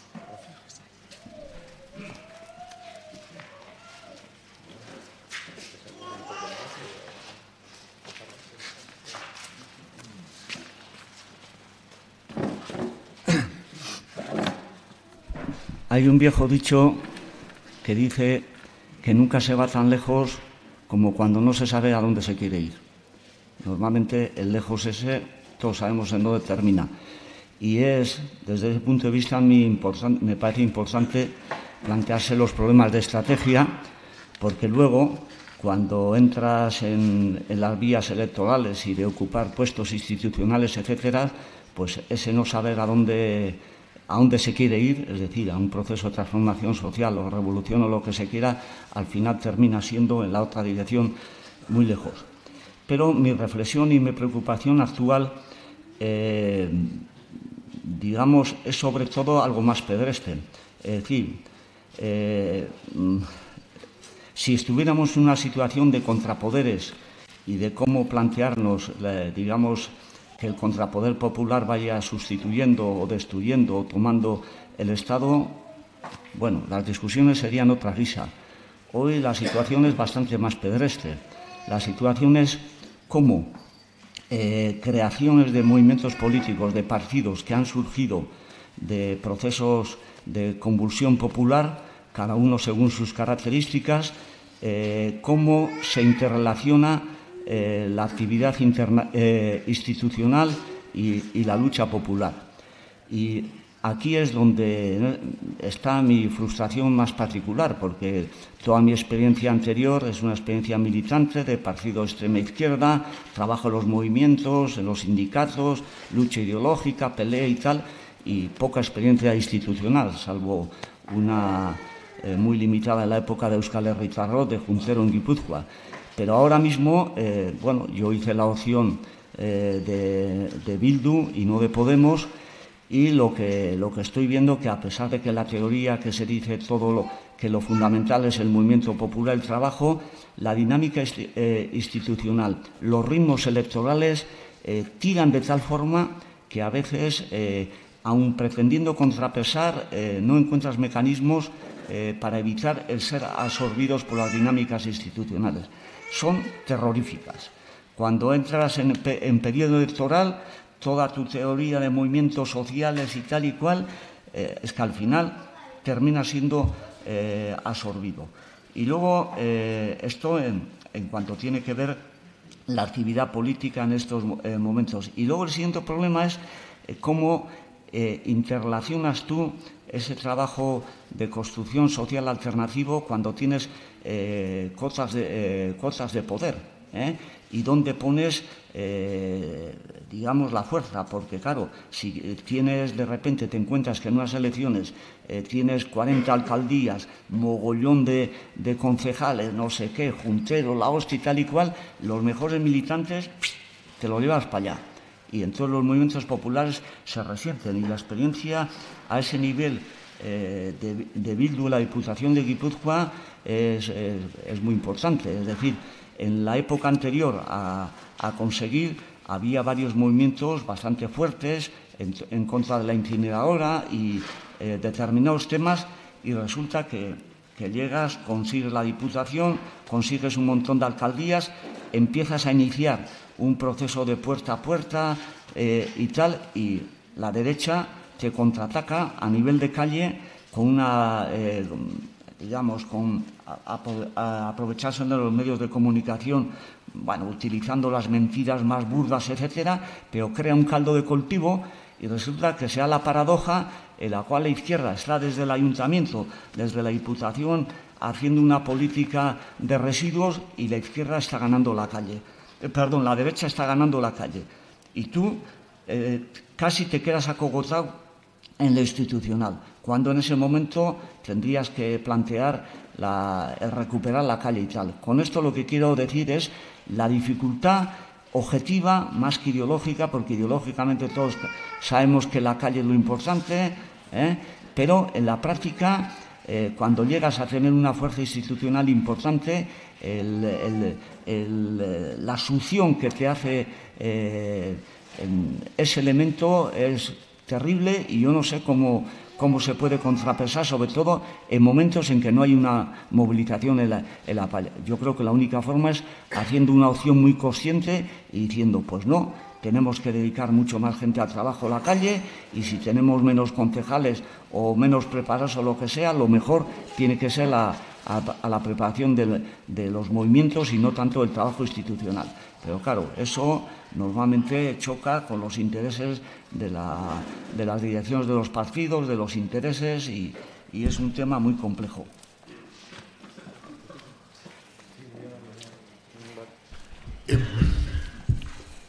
Sé que lo difícil es como intentar resumir la discusión. O sea, cuando comentaba, por ejemplo, antes Rubén, es decir, el movimiento obrero genera su propio derecho. Lo que genera es una comunidad y es un poder que es capaz de autorregularse y autogobernarse. Y luego, progresivamente, en un proceso histórico que no es fácil de discriminar aquí, lo que eso se convierte es en derecho laboral. Es decir, en conquistas inscritas dentro del Estado, pero ya desde una lógica que no es controlada precisamente por ese movimiento. Eso es lo que sucede siempre. O sea, en el momento que la dinámica de luchas, la capacidad que hay de generar contrapoder y por lo tanto de romper los monopolios políticos son inscritas en el Estado, y ya ese contrapoder se diluye, pues inmediatamente empiezas a perder. Y entonces te ves defendiendo cosas que, en cierto modo, pues, no sé, para una mentalidad inscrita en los años 60, o no te digo, en los años 20 o 30, serían ridículas, que es como defender el estado del bienestar. O sea, el problema es ese. Si tú no tienes una capacidad real, efectiva, de generar realidad a tu alrededor, es decir, de poder fundar tu propia ciudad, que es la ciudad del futuro, por decirlo así, y eso es fundar un poder, inmediatamente te quedas agotado en tu imaginación política, que queda inscrita en básicamente lo que tú recuerdas que era el Estado y lo que era la democracia anterior. O sea, ese es el drama. Por eso no hay horizonte. No hay horizonte porque no somos capaces de imaginar más allá de lo que es la recuperación de lo que nosotros nos imaginamos que es la democracia. Y en este campo puede haber una opción más radical, que sería la nuestra, anticapis, etcétera, tal cual, y una opción más de derechas, que sería la de Podemos, oficial, etcétera. Pero en el fondo es la misma, que es básicamente un país de funcionarios y con redistribución social. Eso como horizonte político, en términos históricos, es una mierda. O sea, no va a ninguna parte. O sea, carece de ambición de cualquier tipo. ¿Vale? ¿Por qué no tienes ambición? Porque no eres capaz de generar tu propia ciudad. Es decir, de generar tu propio poder. Esa es la clave del asunto. O sea, no se trata de estar reivindicando a ver si, por ejemplo, en mi caso, mi cooperativa recibe no sé qué subvención del libro, etcétera, tal, o más allá. Sino de si tú eres capaz de generar una red, una sociedad en cierta medida, que es capaz de imaginarse otro mundo. Esa es la clave del asunto. Y eso no se puede delegar. Es decir, tú puedes tomar todos los estados del mundo que reproducirás nada más que lo que tú tienes ya dentro. Y lo que ya eres. Si eres funcionario, ser funcionario. O sea, ¿qué es lo que le pasa a los partidos de izquierda? Que son partidos de funcionarios. O sea, eso es así. O sea, mirarlo, profesores de instituto, etcétera, tal cual. Los de derecha suelen ser de abogados del Estado, los de izquierda suelen ser o de catedráticos de instituto o de profesores de instituto. Entonces, ¿cómo vas a generar un mundo así? No puedes más que reproducir lo que ya hay. Esa es la clave del asunto. O sea, no se puede ser revolucionario de boquilla, no es un problema ideológico. O sea, radical es el que puede, no el que quiere. Y el que puede es básicamente el que tiene capacidad para generar ciudad. Tu propia ciudad, tu propio poder, eso es lo que se trata. Esa es la clave del asunto. En eso la política de izquierdas no está. Está en fantasías, en inventarse otro nuevo Estado, en Cataluña, en conseguir que la democracia española sea como la de los 80, alucina. O sea, es decir, cosas de ese tipo. Ese es el problema, gordo. Entonces, si queréis, podríamos hablar de un montón de ejemplos. ¿Por qué hay, parece que procesos que son en cierta medida institucionales y no se agotan ahí? Porque la clave no está en la institución, está en otro lugar. Hablamos de Euskadi en los años 80, la clave evidentemente no estaba estar en la institución, y además ni siquiera quien gobernaba Ribatasuna, ¿vale? Pues eran los que estaban en la institución, eran otros, ¿vale? Y porque había una densidad social fuertísima que era capaz de sostener eso. En Bolivia, en cierta medida, te encuentras con lo mismo. Es decir, el proceso institucional se puede enloquecer, pero la base social que llevó a cabo mantiene otras posiciones y es capaz todavía de aguantar, porque tiene densidad social, porque tiene densidad cultural, porque tiene densidad política. Ese es el asunto fundamental. Si no creas eso, no hay política. Lo que hay es representación de ideas. Es decir, que yo considero que habría que volver a no sé qué. ¿Y eso qué importa? ¿Dónde está tu poder? Si es que no es más que eso. La política no es más que una relación de fuerzas y de poderes enfrentados. Y estos tienen que ser materiales, reales. Es decir, aquellos, que los malos, etcétera, tal, los grandes poderes económicos son efectivos porque son reales. Es decir, porque tienen el poder del dinero, porque tienen inmensas organizaciones a su servicio. Y con eso pliegan al Estado. Si tú no eres capaz de crear eso y de plegar al propio Estado, es decir, a eso que todavía llamaríamos el monopolio, ¿no? El gran monopolio de lo simbólico, lo político, etcétera, no hay nada que hacer. Y ahí estamos en ese juego, que es como el de un ratón. Entonces, no es un problema ni local ni global, es un problema sencillamente para empezar a jugar. Es decir, ¿quieres jugar? Pues tienes que tener un poder. ¿Quieres enfrentarte a un poder económico? Tienes que tener una organización laboral, sindical, etcétera, que sea capaz. ¿Quieres generar una realidad económica alternativa? Tienes que ser capaz de generarla ya un poco. ¿Quieres remunicipalismo de otro tipo? Pues tiene que haber una sociedad, es decir, un municipio, una ciudad capaz de autogobernarse. Si no, no hay nada. No sé si con esto...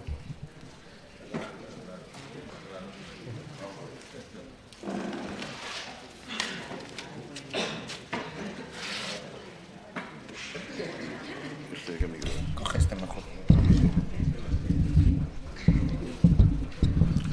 Hola. ¿Cómo plantearse mecanismos de independencia en un lugar donde todo está estatalizado o gobernado por una generalidad de... Perdonad. Yo coincido contigo en lo que acabas de decir. Básicamente, encima el tipo es malo con el teléfono. Vamos a ver, yo soy músico, voy a hablar como músico en este caso, soy también antropólogo, pero fundamentalmente voy a hablar de otro espectro, porque todo este tipo de conversaciones tiene mucho que ver con los sistemas económicos, con los sistemas sociales, pero hay algo más aparte de todo esto. En todos los debates estoy observando en términos generales que lo que subyace en los movimientos de izquierda en términos generales es una falta de ideología importante. Joder, lo voy a tirar, la madre que me parió. A ver si ya se acaba. Estos son los músicos que tenemos que tocar mañana y me están dando por culo todo el rato. O sea que el asunto es que de alguna manera yo entiendo que ahora mismo la construcción tiene que tener algo de ideología. Contamos los problemas que tenemos, lloramos continuamente de lo mal que está la situación, pero no se generan mecanismos, como dice el compañero, de respuesta fáctica. Yo he estado trabajando, por ejemplo, en Radio 3 durante muchísimos años. Con mucha dificultad pude conseguir tener un programa de radio a una hora razonable, porque normalmente a las músicas de raíz la gente no sabe que tiene... por el amor de Dios. Creo que es urgente. Igual es urgente. Que le den por culo al teléfono este, por Dios. Y... Raúl, cógemela, por favor, que me está ya aquí, no me concentro. Puñeta. Bueno, en definitiva, estuvimos durante muchos años intentando levantar este procedimiento. Habíamos tenido una historia con la sección femenina, con otro tipo de cosas, y nos ha costado mucho trabajo hacer cosas en este sentido. Pero coincido en el asunto que hay que, de alguna manera, generar nuestra propia industria de la cuestión. Y vale todo. Vale la cooperativa, vale el mutualismo, vale el municipalismo y vale también ser empresario de tu propia actividad. Palabra que normalmente en los ámbitos de izquierda genera situaciones de confusión. Bueno, pues nosotros nos hemos hecho empresarios de nuestra propia actividad. Estamos generando ahora una asociación de ámbito estatal de músicos de raíz y estamos preparando una emisora online. Necesitamos mecanismos de dar a conocer todo este tipo de cosas y no tenemos más remedio que dar un pasito adelante y huir de los establecimientos ideológicos tradicionales para generar nuevos cauces, nuevos, aunque sea a través de una empresa, con sus débitos y con sus TCs y todo el coñazo que lleva a montar una empresa en este país. Pero es posible de alguna manera.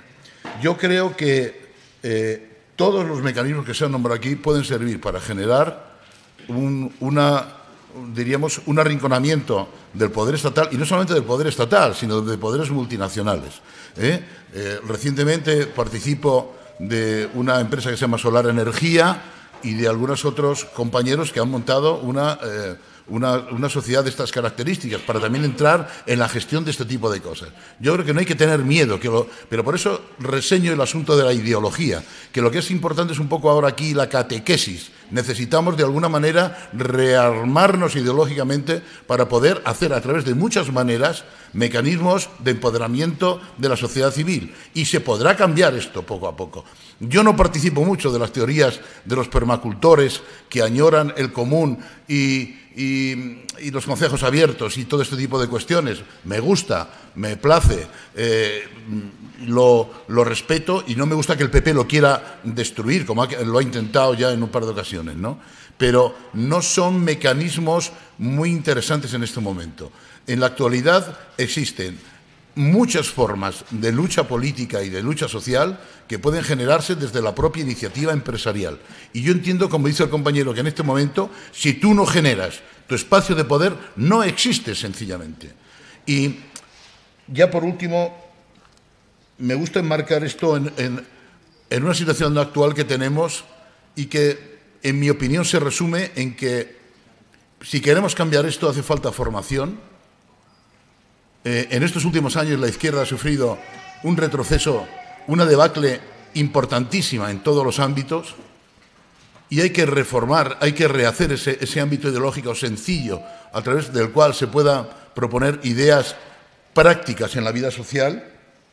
No se puede cambiar esto sin activismo, hay que menear el culo, esto no es posible. Y últimamente hay mucha tendencia al burocratismo en el Parlamento, etcétera, etcétera. Una endemia que tiene Podemos interna, que se lo va a comer porque por eso se han abandonado los círculos y se ha abandonado y se ha recurrido a un sistema de gestión del partido absolutamente caciquil, donde o te arrimas al Parlamento o los círculos ya pues se han deshecho.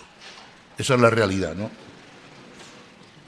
Nada de esto se puede hacer hoy día sin los medios de comunicación. Hay que plantearse esto muy seriamente. Hay que tener medios de comunicación. No me vale lo que me decía en algún momento Sergio Pascual. Digo, qué ingenuidad. ¿Pero cómo te vas a meter en los medios de comunicación? O sea, te vas a meter hasta que te paren y los han parado. Era normal. ¿Pero tú qué te quieres? ¿Que te vas a meter en la cadena SER por la cara? ¿En la cueva de Prisa? ¿Te van a dejar a ti funcionar? En la medida en que les interese. Este mundo maniqueo se ha convertido en un mundo muy proceloso y muy complicado de entender. Y si no se maneja uno en esos términos, es difícil cambiar las cosas o al menos hacerles frente. En fin, formación, activismo, medios de comunicación y yo aún añadiría una cosa más, un poquito de mala hostia, es decir, un poquito de mala leche.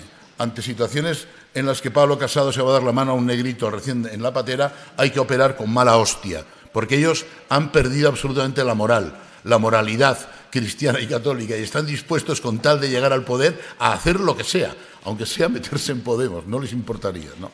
Nada más. Gracias.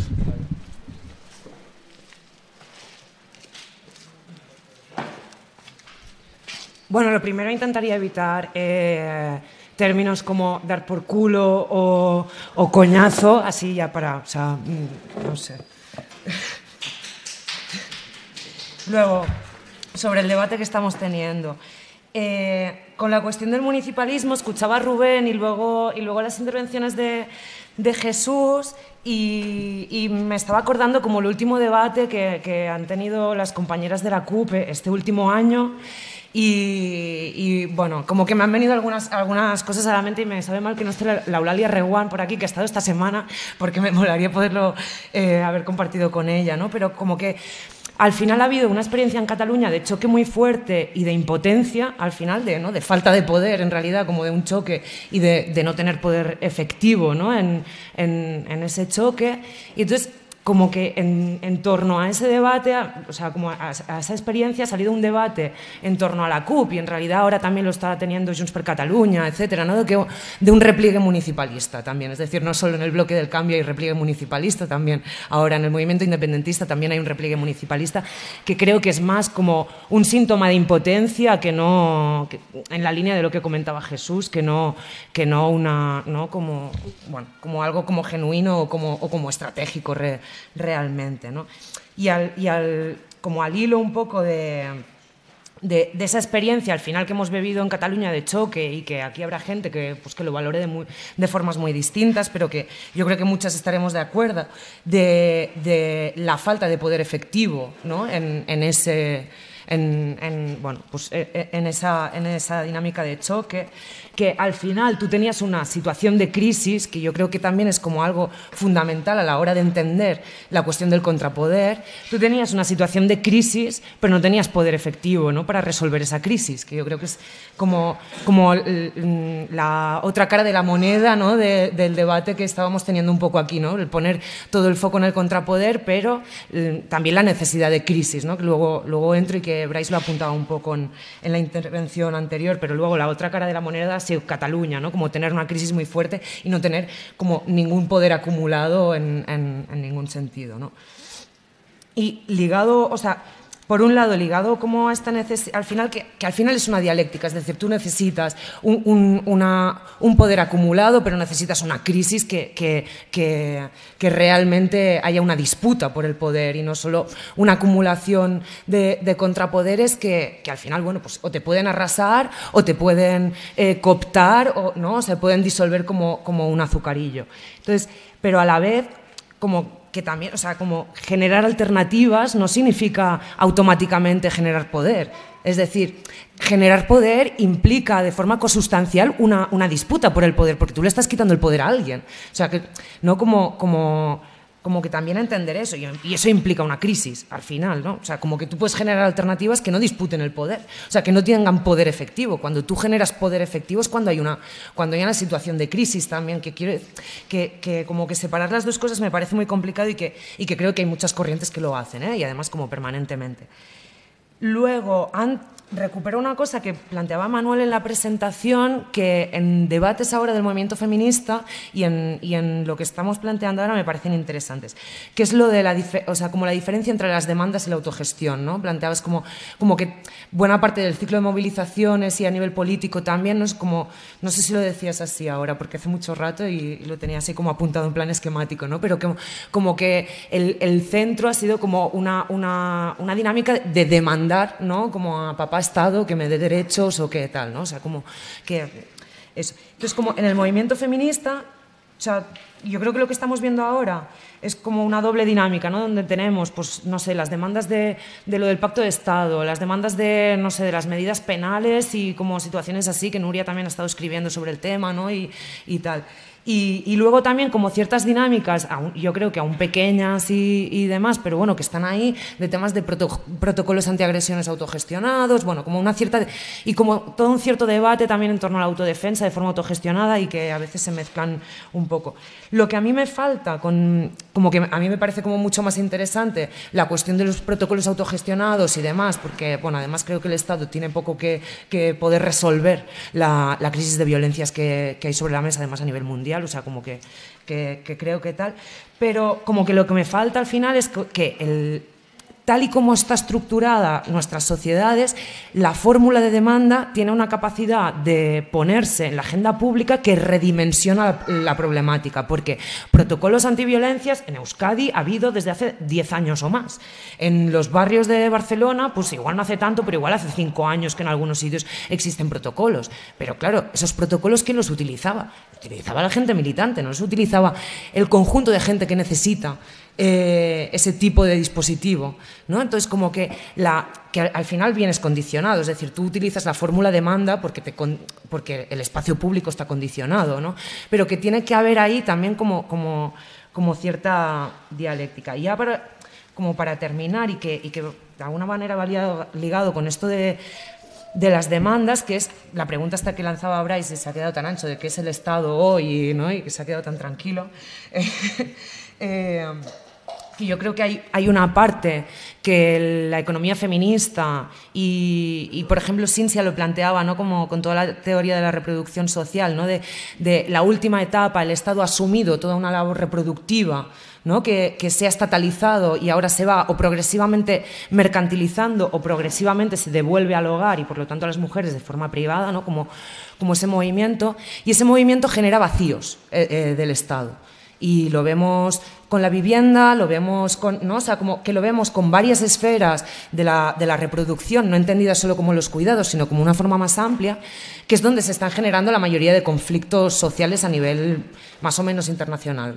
Vamos a dejarlo así como un poco relativo, ¿no? Pero como y que al final lo que decías, ¿no? Hay que construir sociedad, la ciudad, ¿no? Que decías tú como imagen. Yo creo que es que hay como una precondición, que para construir eso hacen falta vacíos del Estado. No significa contentarse con esos vacíos, es decir, yo construyo esos vacíos del Estado y hay ahí como una relación, ¿no? de tal, sino que... Pero sí que es verdad que para disputar de alguna manera legitimidad, en la línea que decía Jesús, al Estado, tú necesitas esos vacíos, necesitas organizar esos vacíos y desde allí empezar a disputar legitimidad y empezar a dar como disputas a otras escalas donde no hay vacíos. Pero creo, o sea, como la sensación que me da, y pensando en temas de violencias machistas, pensando en temas de vivienda, de la PA, que seguramente ha sido como, igual en chiquitito, ¿no? Y tal, pero de las pocas cosas que igual ha disputado la legitimidad a la administración pública y a la institución realmente existente, ¿no? O sea, pero que me da la sensación que son necesarias ciertos vacíos del Estado que poder disputar. Y esto las compañeras de América Latina en temas de feminismo, por ejemplo, nos lo plantean mucho. Dicen, claro, es que ahí hay un vacío tal del Estado que las experiencias de autoorganización, de la autodefensa, claro, allí son como muchísimo más grandes, muchísimo más profundas, ¿no? O sea, como dinámicas mucho más tal, pero porque el Estado no hace absolutamente nada, ¿no? O sea, como que compañeras que han venido aquí, que han estado viviendo aquí, te dicen, claro, es que aquí hay Estado en todos lados. Entonces hay que buscar como esos vacíos y desde allí como generar brechas y como disputarle la legitimidad e ir empezando a una disputa del poder en esa línea.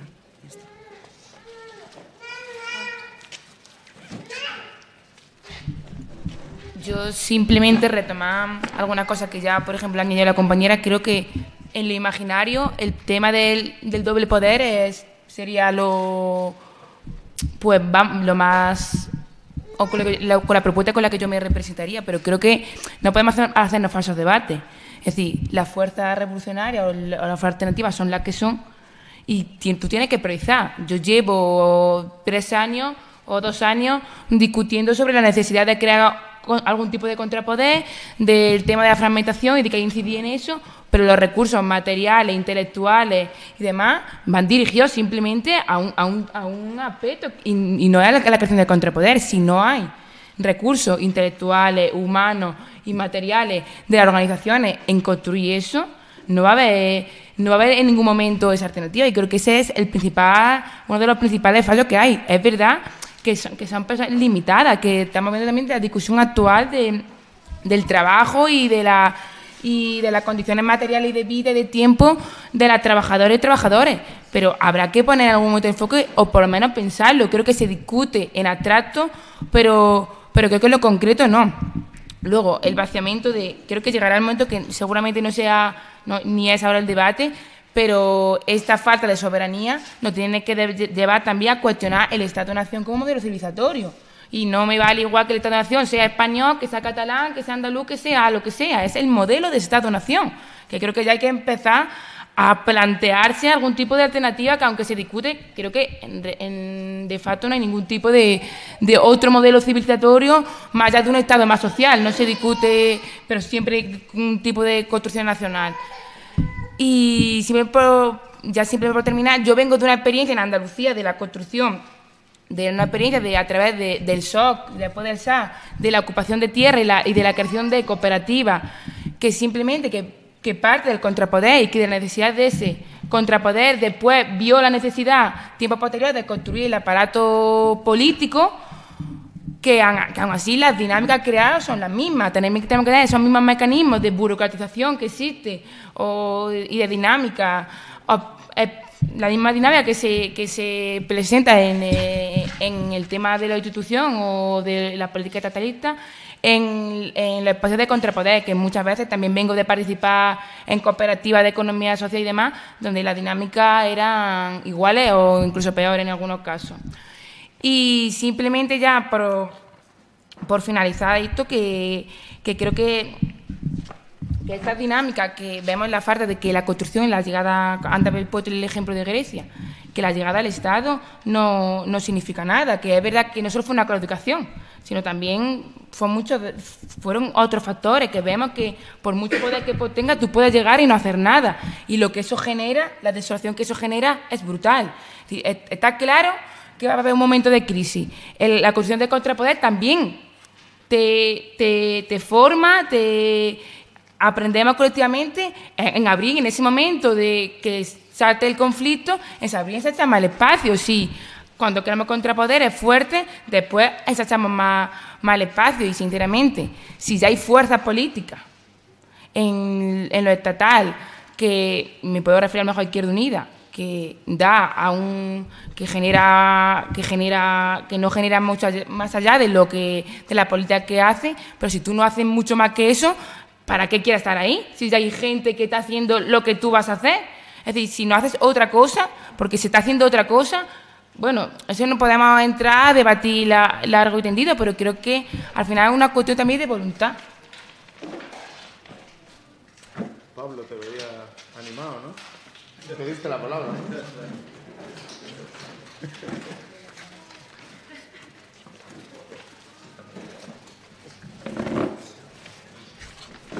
Esto es como salir a un tablao flamenco, ¿no? Dan ganas de hacer un fandango.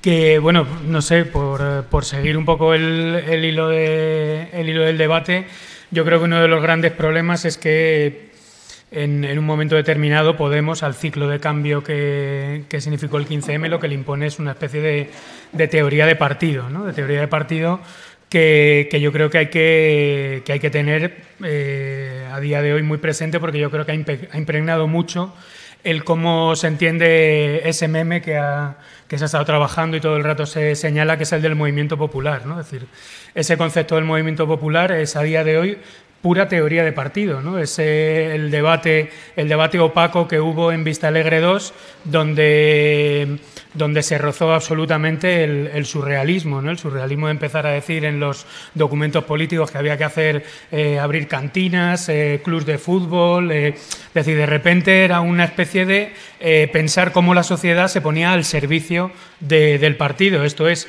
construir la casa por el tejado, ¿no? Eso es importante porque yo creo que hay que reseñar de alguna manera que el ciclo institucional se construye, y así pasa en los primeros meses de construcción, el primer año de construcción de Podemos, en contra de la idea de militancia, en contra de la idea de contrapoder, en contra de la idea de organización, ¿no? Prácticamente lo que se venía a decir era que la única y posible solución era esa solución de carácter socialdemócrata, abrazar la idea de la reconstrucción de un estado del bienestar como el que se supone que habíamos vivido, que eso ya tiene su guasa en el caso español, y que ese era el horizonte, ¿no? Cuando realmente la auténtica expresión o necesidad de continuidad que marcaba el mandato del 15M, más que construir un partido, debía haber hablado de cómo construir organización en torno al hecho de la desobediencia civil. Es decir, que el verdadero techo de cristal, si se quiere poner ese nombre del 15M, no era el que no era capaz de tener una expresión parlamentaria, sino que no era capaz de construir organización para deshacer el poder del Estado, es decir, para construir sistemas de desobediencia, ¿no? Yo creo que esa bifurcación que todavía tenemos en la cabeza es la que mal que bien se intenta corregir con el ciclo municipalista, aunque por desgracia, el engendro tampoco nos ha terminado de quedar muy bonito, y más bien lo que se ha dirigido es a otro lugar. Con lo cual yo creo que la pregunta que dejó el 15M encima de la mesa sigue presente, porque esa idea de movimiento popular, de contrapoder y de organización sigue siendo extremadamente opaca. Es decir, no sabemos exactamente qué es. Yo creo que hay muy buenos indicios de sindicalismo social, de sindicalismo de barrio, si le queremos llamar, como es la PA, son los centros sociales, ¿no? Es decir, muy interesante el debate que se ha dado a nivel estatal, la cuestión que ha habido, el enfrentamiento que ha habido entre Ainsumisa y el gobierno del cambio de Coruña, la tensión que existe en Madrid entre la Ingobernable y el Ayuntamiento de Madrid, el ten con ten que a día de hoy tiene la Casa Invisible en Málaga con el Ayuntamiento del PP, la cesión que consigue el Centro Social Luis Buñuel en Zaragoza después de que el Ayuntamiento Ayuntamiento de Zaragoza en Común tuviese un primer momento de duda y al final es la fuerza del propio centro social el que arranca una negociación. Es decir, que tenemos muchos caminos abiertos que siempre han sido mirados desde el ámbito institucional con demasiada altanería, que cuando ha llegado a la prueba de realidad se ha demostrado que en todas las ciudades que he señalado ha habido un conflicto público de enorme relevancia, o sea que hay chicha y hay mucho en juego en ese tipo de procesos, que lo que nos están indicando es que hay que volver a como que darle transparencia a ese concepto tan opaco de la organización y de cómo agarramos materialmente esta sociedad y la ponemos a funcionar en términos revolucionarios, ¿no? Independientemente de lo que tengamos con esa idea de revolución. A mí siempre lo que se me ocurre es eso, que la solución o el futuro es un futuro siempre más sindical, y ahora diré lo que es sindical, o lo que a mí me parece que es ese término sindical, más que un futuro de partido, de organización de representación de demandas, de esa mecánica que yo cada vez la aborrezco más, que es que existe un colectivo con una demanda que se dirige al grupo parlamentario de turno, que eleva una propuesta al Parlamento o al Ayuntamiento que corresponda, y después del acto todos se hacen o nos hacemos una foto sonriente, subiendo muchísimas fotos a Twitter, incluso a veces dándose codazos a ver quién saca la foto más sonriente con las Kellys de su ciudad. Entonces, decir que de alguna manera a ese concepto de movimiento hay que eliminarle toda esta mecánica y teatrillo de la representación, hablando duro de lo que es el sindicalismo, ¿no? El viejo sindicalismo es, al fin y al cabo, el sentarse en una asamblea, en tratar problemas que se nos aparecen como individuales, precariedades, falta de vivienda, problemas familiares, psicológicos, lo que queramos, lo que se experimentó en los trabajos antiinstitucionales de los años 70 y 60, por ejemplo, y darle soluciones colectivas. Es decir, entender que los problemas que se nos aparecen como individuales son siempre problemas políticos, estructurales, que tienen que ver con la implicación pública y política de cada uno de nosotros, y a partir de ahí ya tienes un modelo de organización que no es el viejo modelo de organización de partido, que es que me reúno a debatir ideas, saco manifiestos, salgo a hacer manifestaciones, sino que generas tejidos mucho más densos que son capaces de caminar hacia horizontes de desobediencia, que es ahí donde está la clave. Hay una última cosa que me llamaba la atención del debate por aportar, es decir, ¿qué significa eso de que el Estado está en todos lados? Últimamente, leyendo el libro que hemos sacado en Trafis del movimiento negro, el último movimiento negro de Estados Unidos, las vidas negras importan, señalaban una estadística, ¿no?, de que a pesar de que la policía americana había incluido ya casi hasta un 20% de policías y oficiales negros dentro de las comisarías y de la policía que patrullaba, los índices de discriminación en las intervenciones policiales y el índice de persecución, de muertes y de violencia no había descendido, incluso había subido, ¿no? Como de repente policías negros tenían exactamente la misma mirada institucional, racista institucional, en un caso en el que se supone que deberían producirse cambios inmediatos.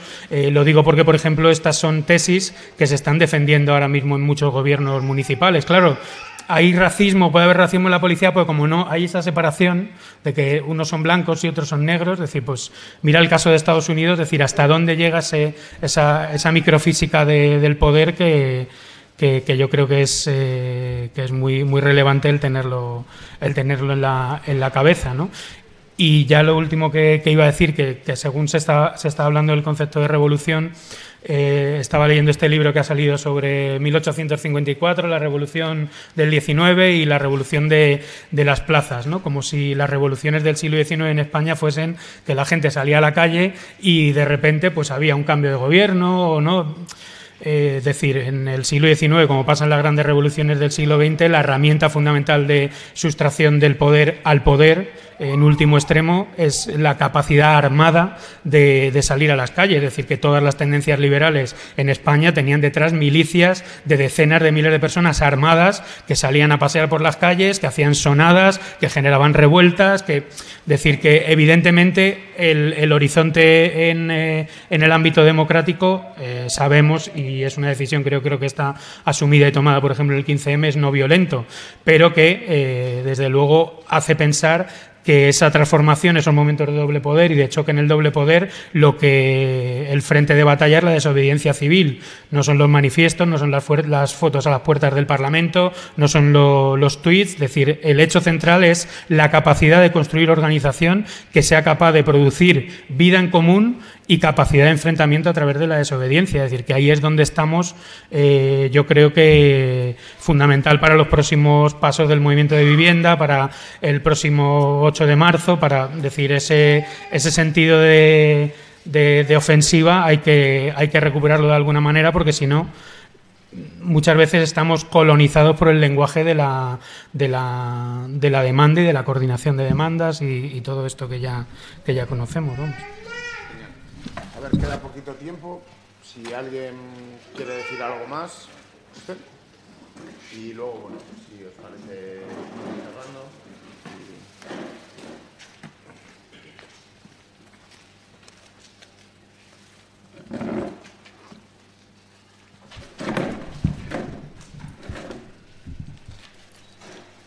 Yo lo único que quería era aportar algo de optimismo revolucionario, de optimismo militante, porque creo que las tesis que ustedes han defendido son un poco pesimistas. Es decir, pretender que el Estado, tal y como está montado, y que las instituciones internacionales son tan poderosas, creo que es una ficción, o quiero creer que es una ficción, que hay puntos que no nos imaginamos inmediatamente, por los cuales es fácil que todo el edificio termine derrumbándose. Es decir,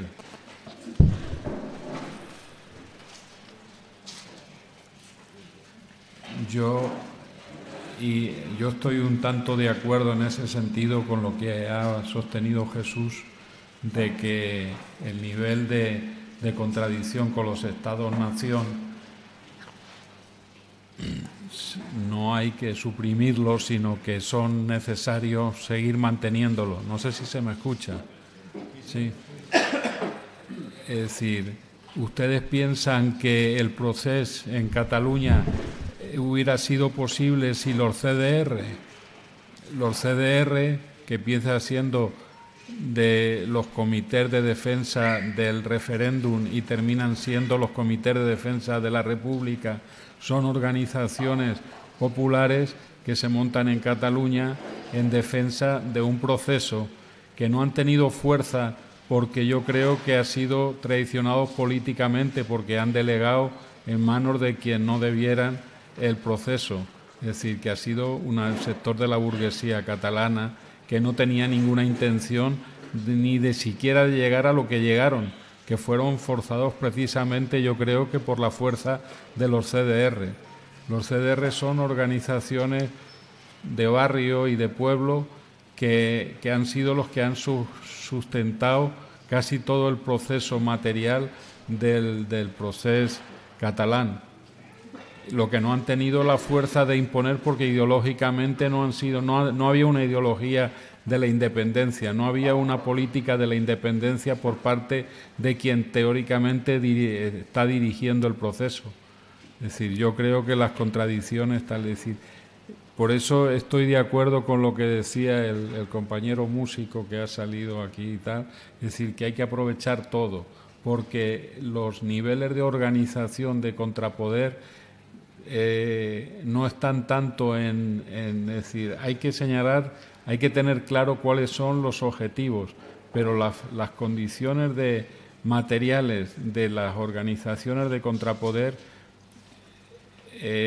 van a surgir de la propia necesidad en cada momento.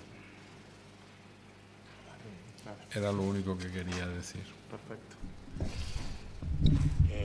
Vale, pues vamos a ir cerrando. Yo, bueno, voy a decir un par de cosas y luego cierras tú. A ver, yo... un par de ideas. Yo creo que hay como un fondo peligroso cuando discutimos la cuestión del contrapoder, que quizás tenga mucho que ver con una determinada interpretación que hizo la tradición del comunismo oficial durante todo el siglo XX, que es una visión instrumental del contrapoder. Es decir, esta idea de que el contrapoder, inevitablemente, cuando se desarrolla y crece, tiene que devenir en Estado.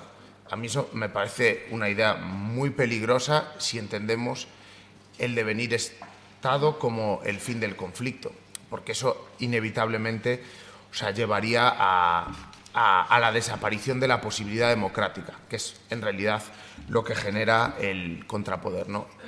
Por eso esa oposición entre poder y contrapoder es muchas veces ficticia. Incluso si nosotros fuéramos capaces de lograr desarrollar y construir una red extensa, poderosa, materialmente efectiva de contrapoderes, la tarea que tendríamos en cuanto asaltásemos, por así decirlo, el poder del Estado, no sería convertir esos contrapoderes en organismos de ese Estado, sino darles la posibilidad de que se mantuvieran vivos, de que se desarrollasen y de que fuesen como el motor democrático de una nueva sociedad, ¿no? Por decirlo de una forma así un poco metafórica y simple, nosotros tendríamos que pensar el Estado hasta cierto punto como una forma de invertir el neoliberalismo.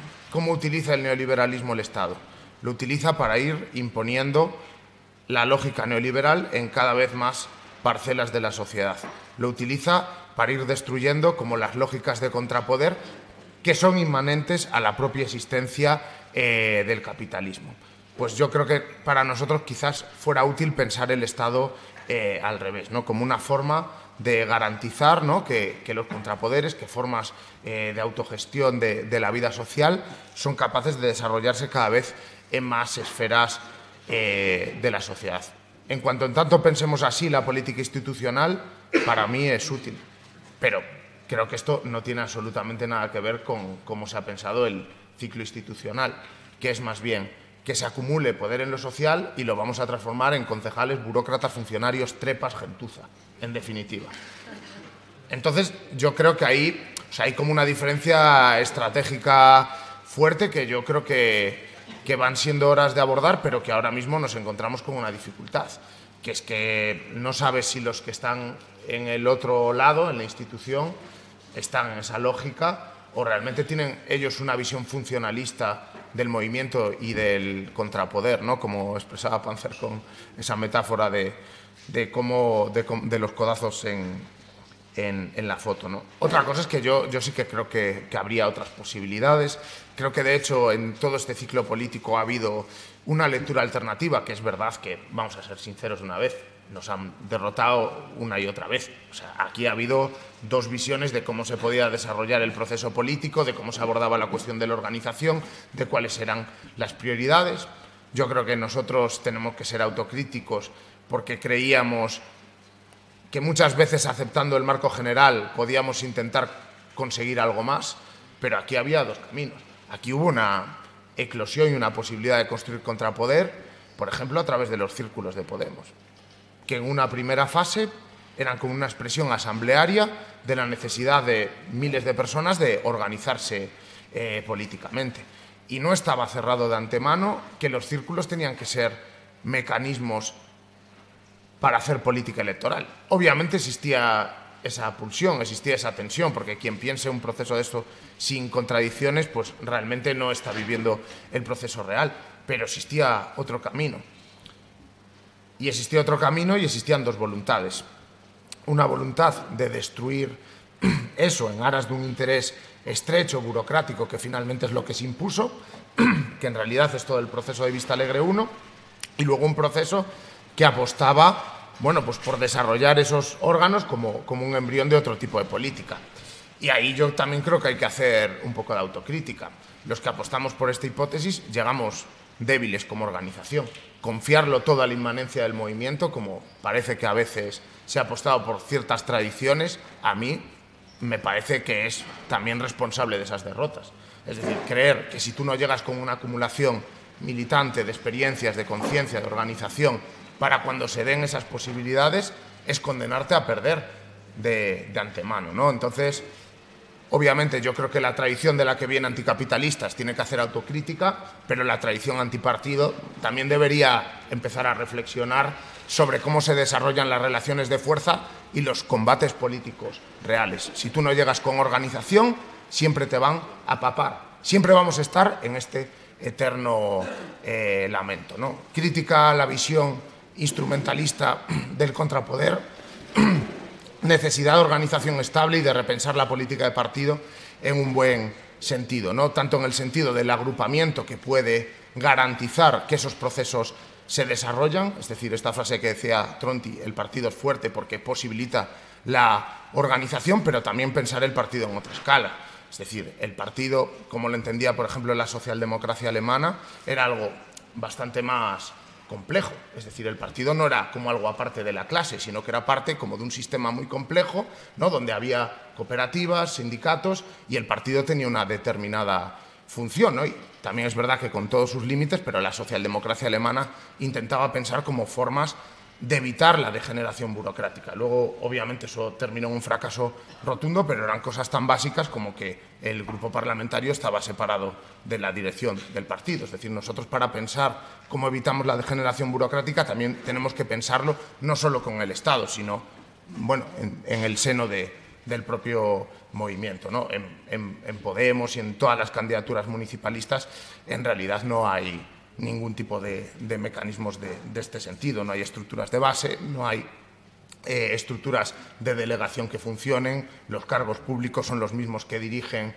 la organización, si es que tienen algo que dirigir, porque cada vez menos, y se establece esa relación que planteaba Pablo, que es una relación de representación con el movimiento, ¿no? Entonces, bueno, para mí quedan ahí como muchos problemas pendientes, pero creo que también sería como importante como extraer lecciones de este ciclo, ¿no? Y la idea de partido que ha tenido históricamente el marxismo, o sea, en realidad, o sea, Podemos, se le puede criticar muchas cosas, pero es muy poco partido. Es decir, no es parte de nada. O sea, es un aparato del Estado completamente vaciado de relaciones con las clases populares, ¿no? Entonces, yo creo que con la crítica como a la cuestión del partido también tenemos que avanzar, ¿no? Repensar ese concepto, pero recuperar también una cierta tradición, ¿no? que lo piensa como dispositivo de organización social, ¿no? Y luego, bueno, por último, con la cuestión de las escalas, ¿no? Que ha salido, escala de poder local, escala de poder supranacional. A ver, yo creo que hay un hecho como objetivo, que es que los procesos, como en última instancia, ¿no? Por utilizar aquella vieja expresión del estructuralismo francés, se resuelven en la escala internacional. O sea, eso, vamos, para mí es, o sea, como ya casi un axioma a la hora de pensar la política, ¿no?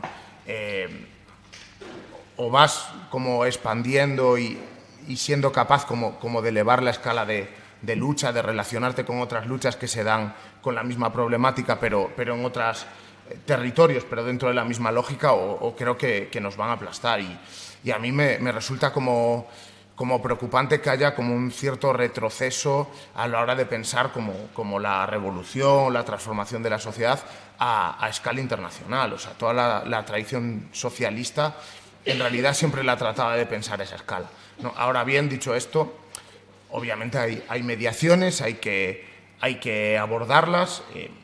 En realidad el municipalismo también es otro tipo de mediación más cercana, más local. El Estado-Nación sigue cumpliendo ese rol. Es verdad que toda aquella predicción de que el Estado-Nación ya no jugaría un papel en la política se ha visto un poco refutada también con todos los procesos latinoamericanos. Es verdad que no se han desarrollado como nosotros queríamos, pero eso ha operado, ¿no?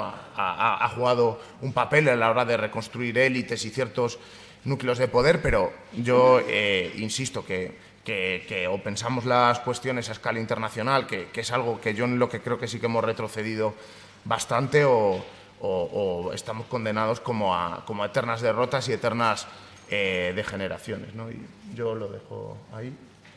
Pues nada, es el momento de que nos vayamos, ¿no?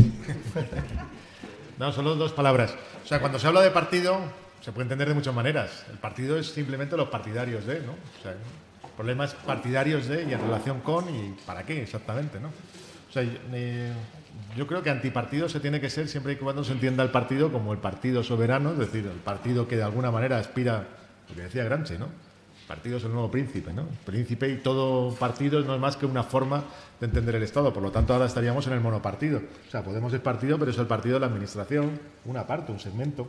Siempre han aspirado a ser eso, además que tampoco en esto hay sorpresas. Esa forma de partido yo creo que hay que ser directamente contrario. O sea, el problema para mí no está en eso, sino cómo tú estableces las mediaciones. Es decir, por un lado hay un proceso de construcción de lo que llamaríais poder popular, ¿vale? Un proceso de construcción, si queréis, de comunidades, ¿no? Comunes nuevos, de comunalidades, de, bueno, pues de lo que serían movimientos, etcétera. Y por otra parte está cómo se representa eso en términos políticos. Si esa representación no está completamente puesta en cuestión, problematizada, continuamente cuestionada, pues el problema lo tienes inmediatamente. Porque lo único que vas a hacer es reproducir una forma de aparato de Estado. Y ese es el problema, yo creo, que que te estás enfrentando constantemente a la izquierda. Pues yo creo que la izquierda es eso. La izquierda es la representación política, básicamente, de los movimientos sociales, de la protesta. Y además cada vez lo es de una forma menos eficaz, porque esos movimientos pues no tienen a día de hoy como la autonomía suficiente como para ser un movimiento, si queréis, de regeneración de un Estado de cosas, no me refiero a un Estado, de cosas que tiende a corromperse y cada vez está más en crisis. Ese es el problema de la izquierda. Es difícil ser de izquierdas, o sea que yo creo que es una palabra que habría que abandonar. La izquierda a día de hoy no es más que una parte del aparato de Estado, ¿no? Lo que sería su alternativa, pero cada vez más impotente.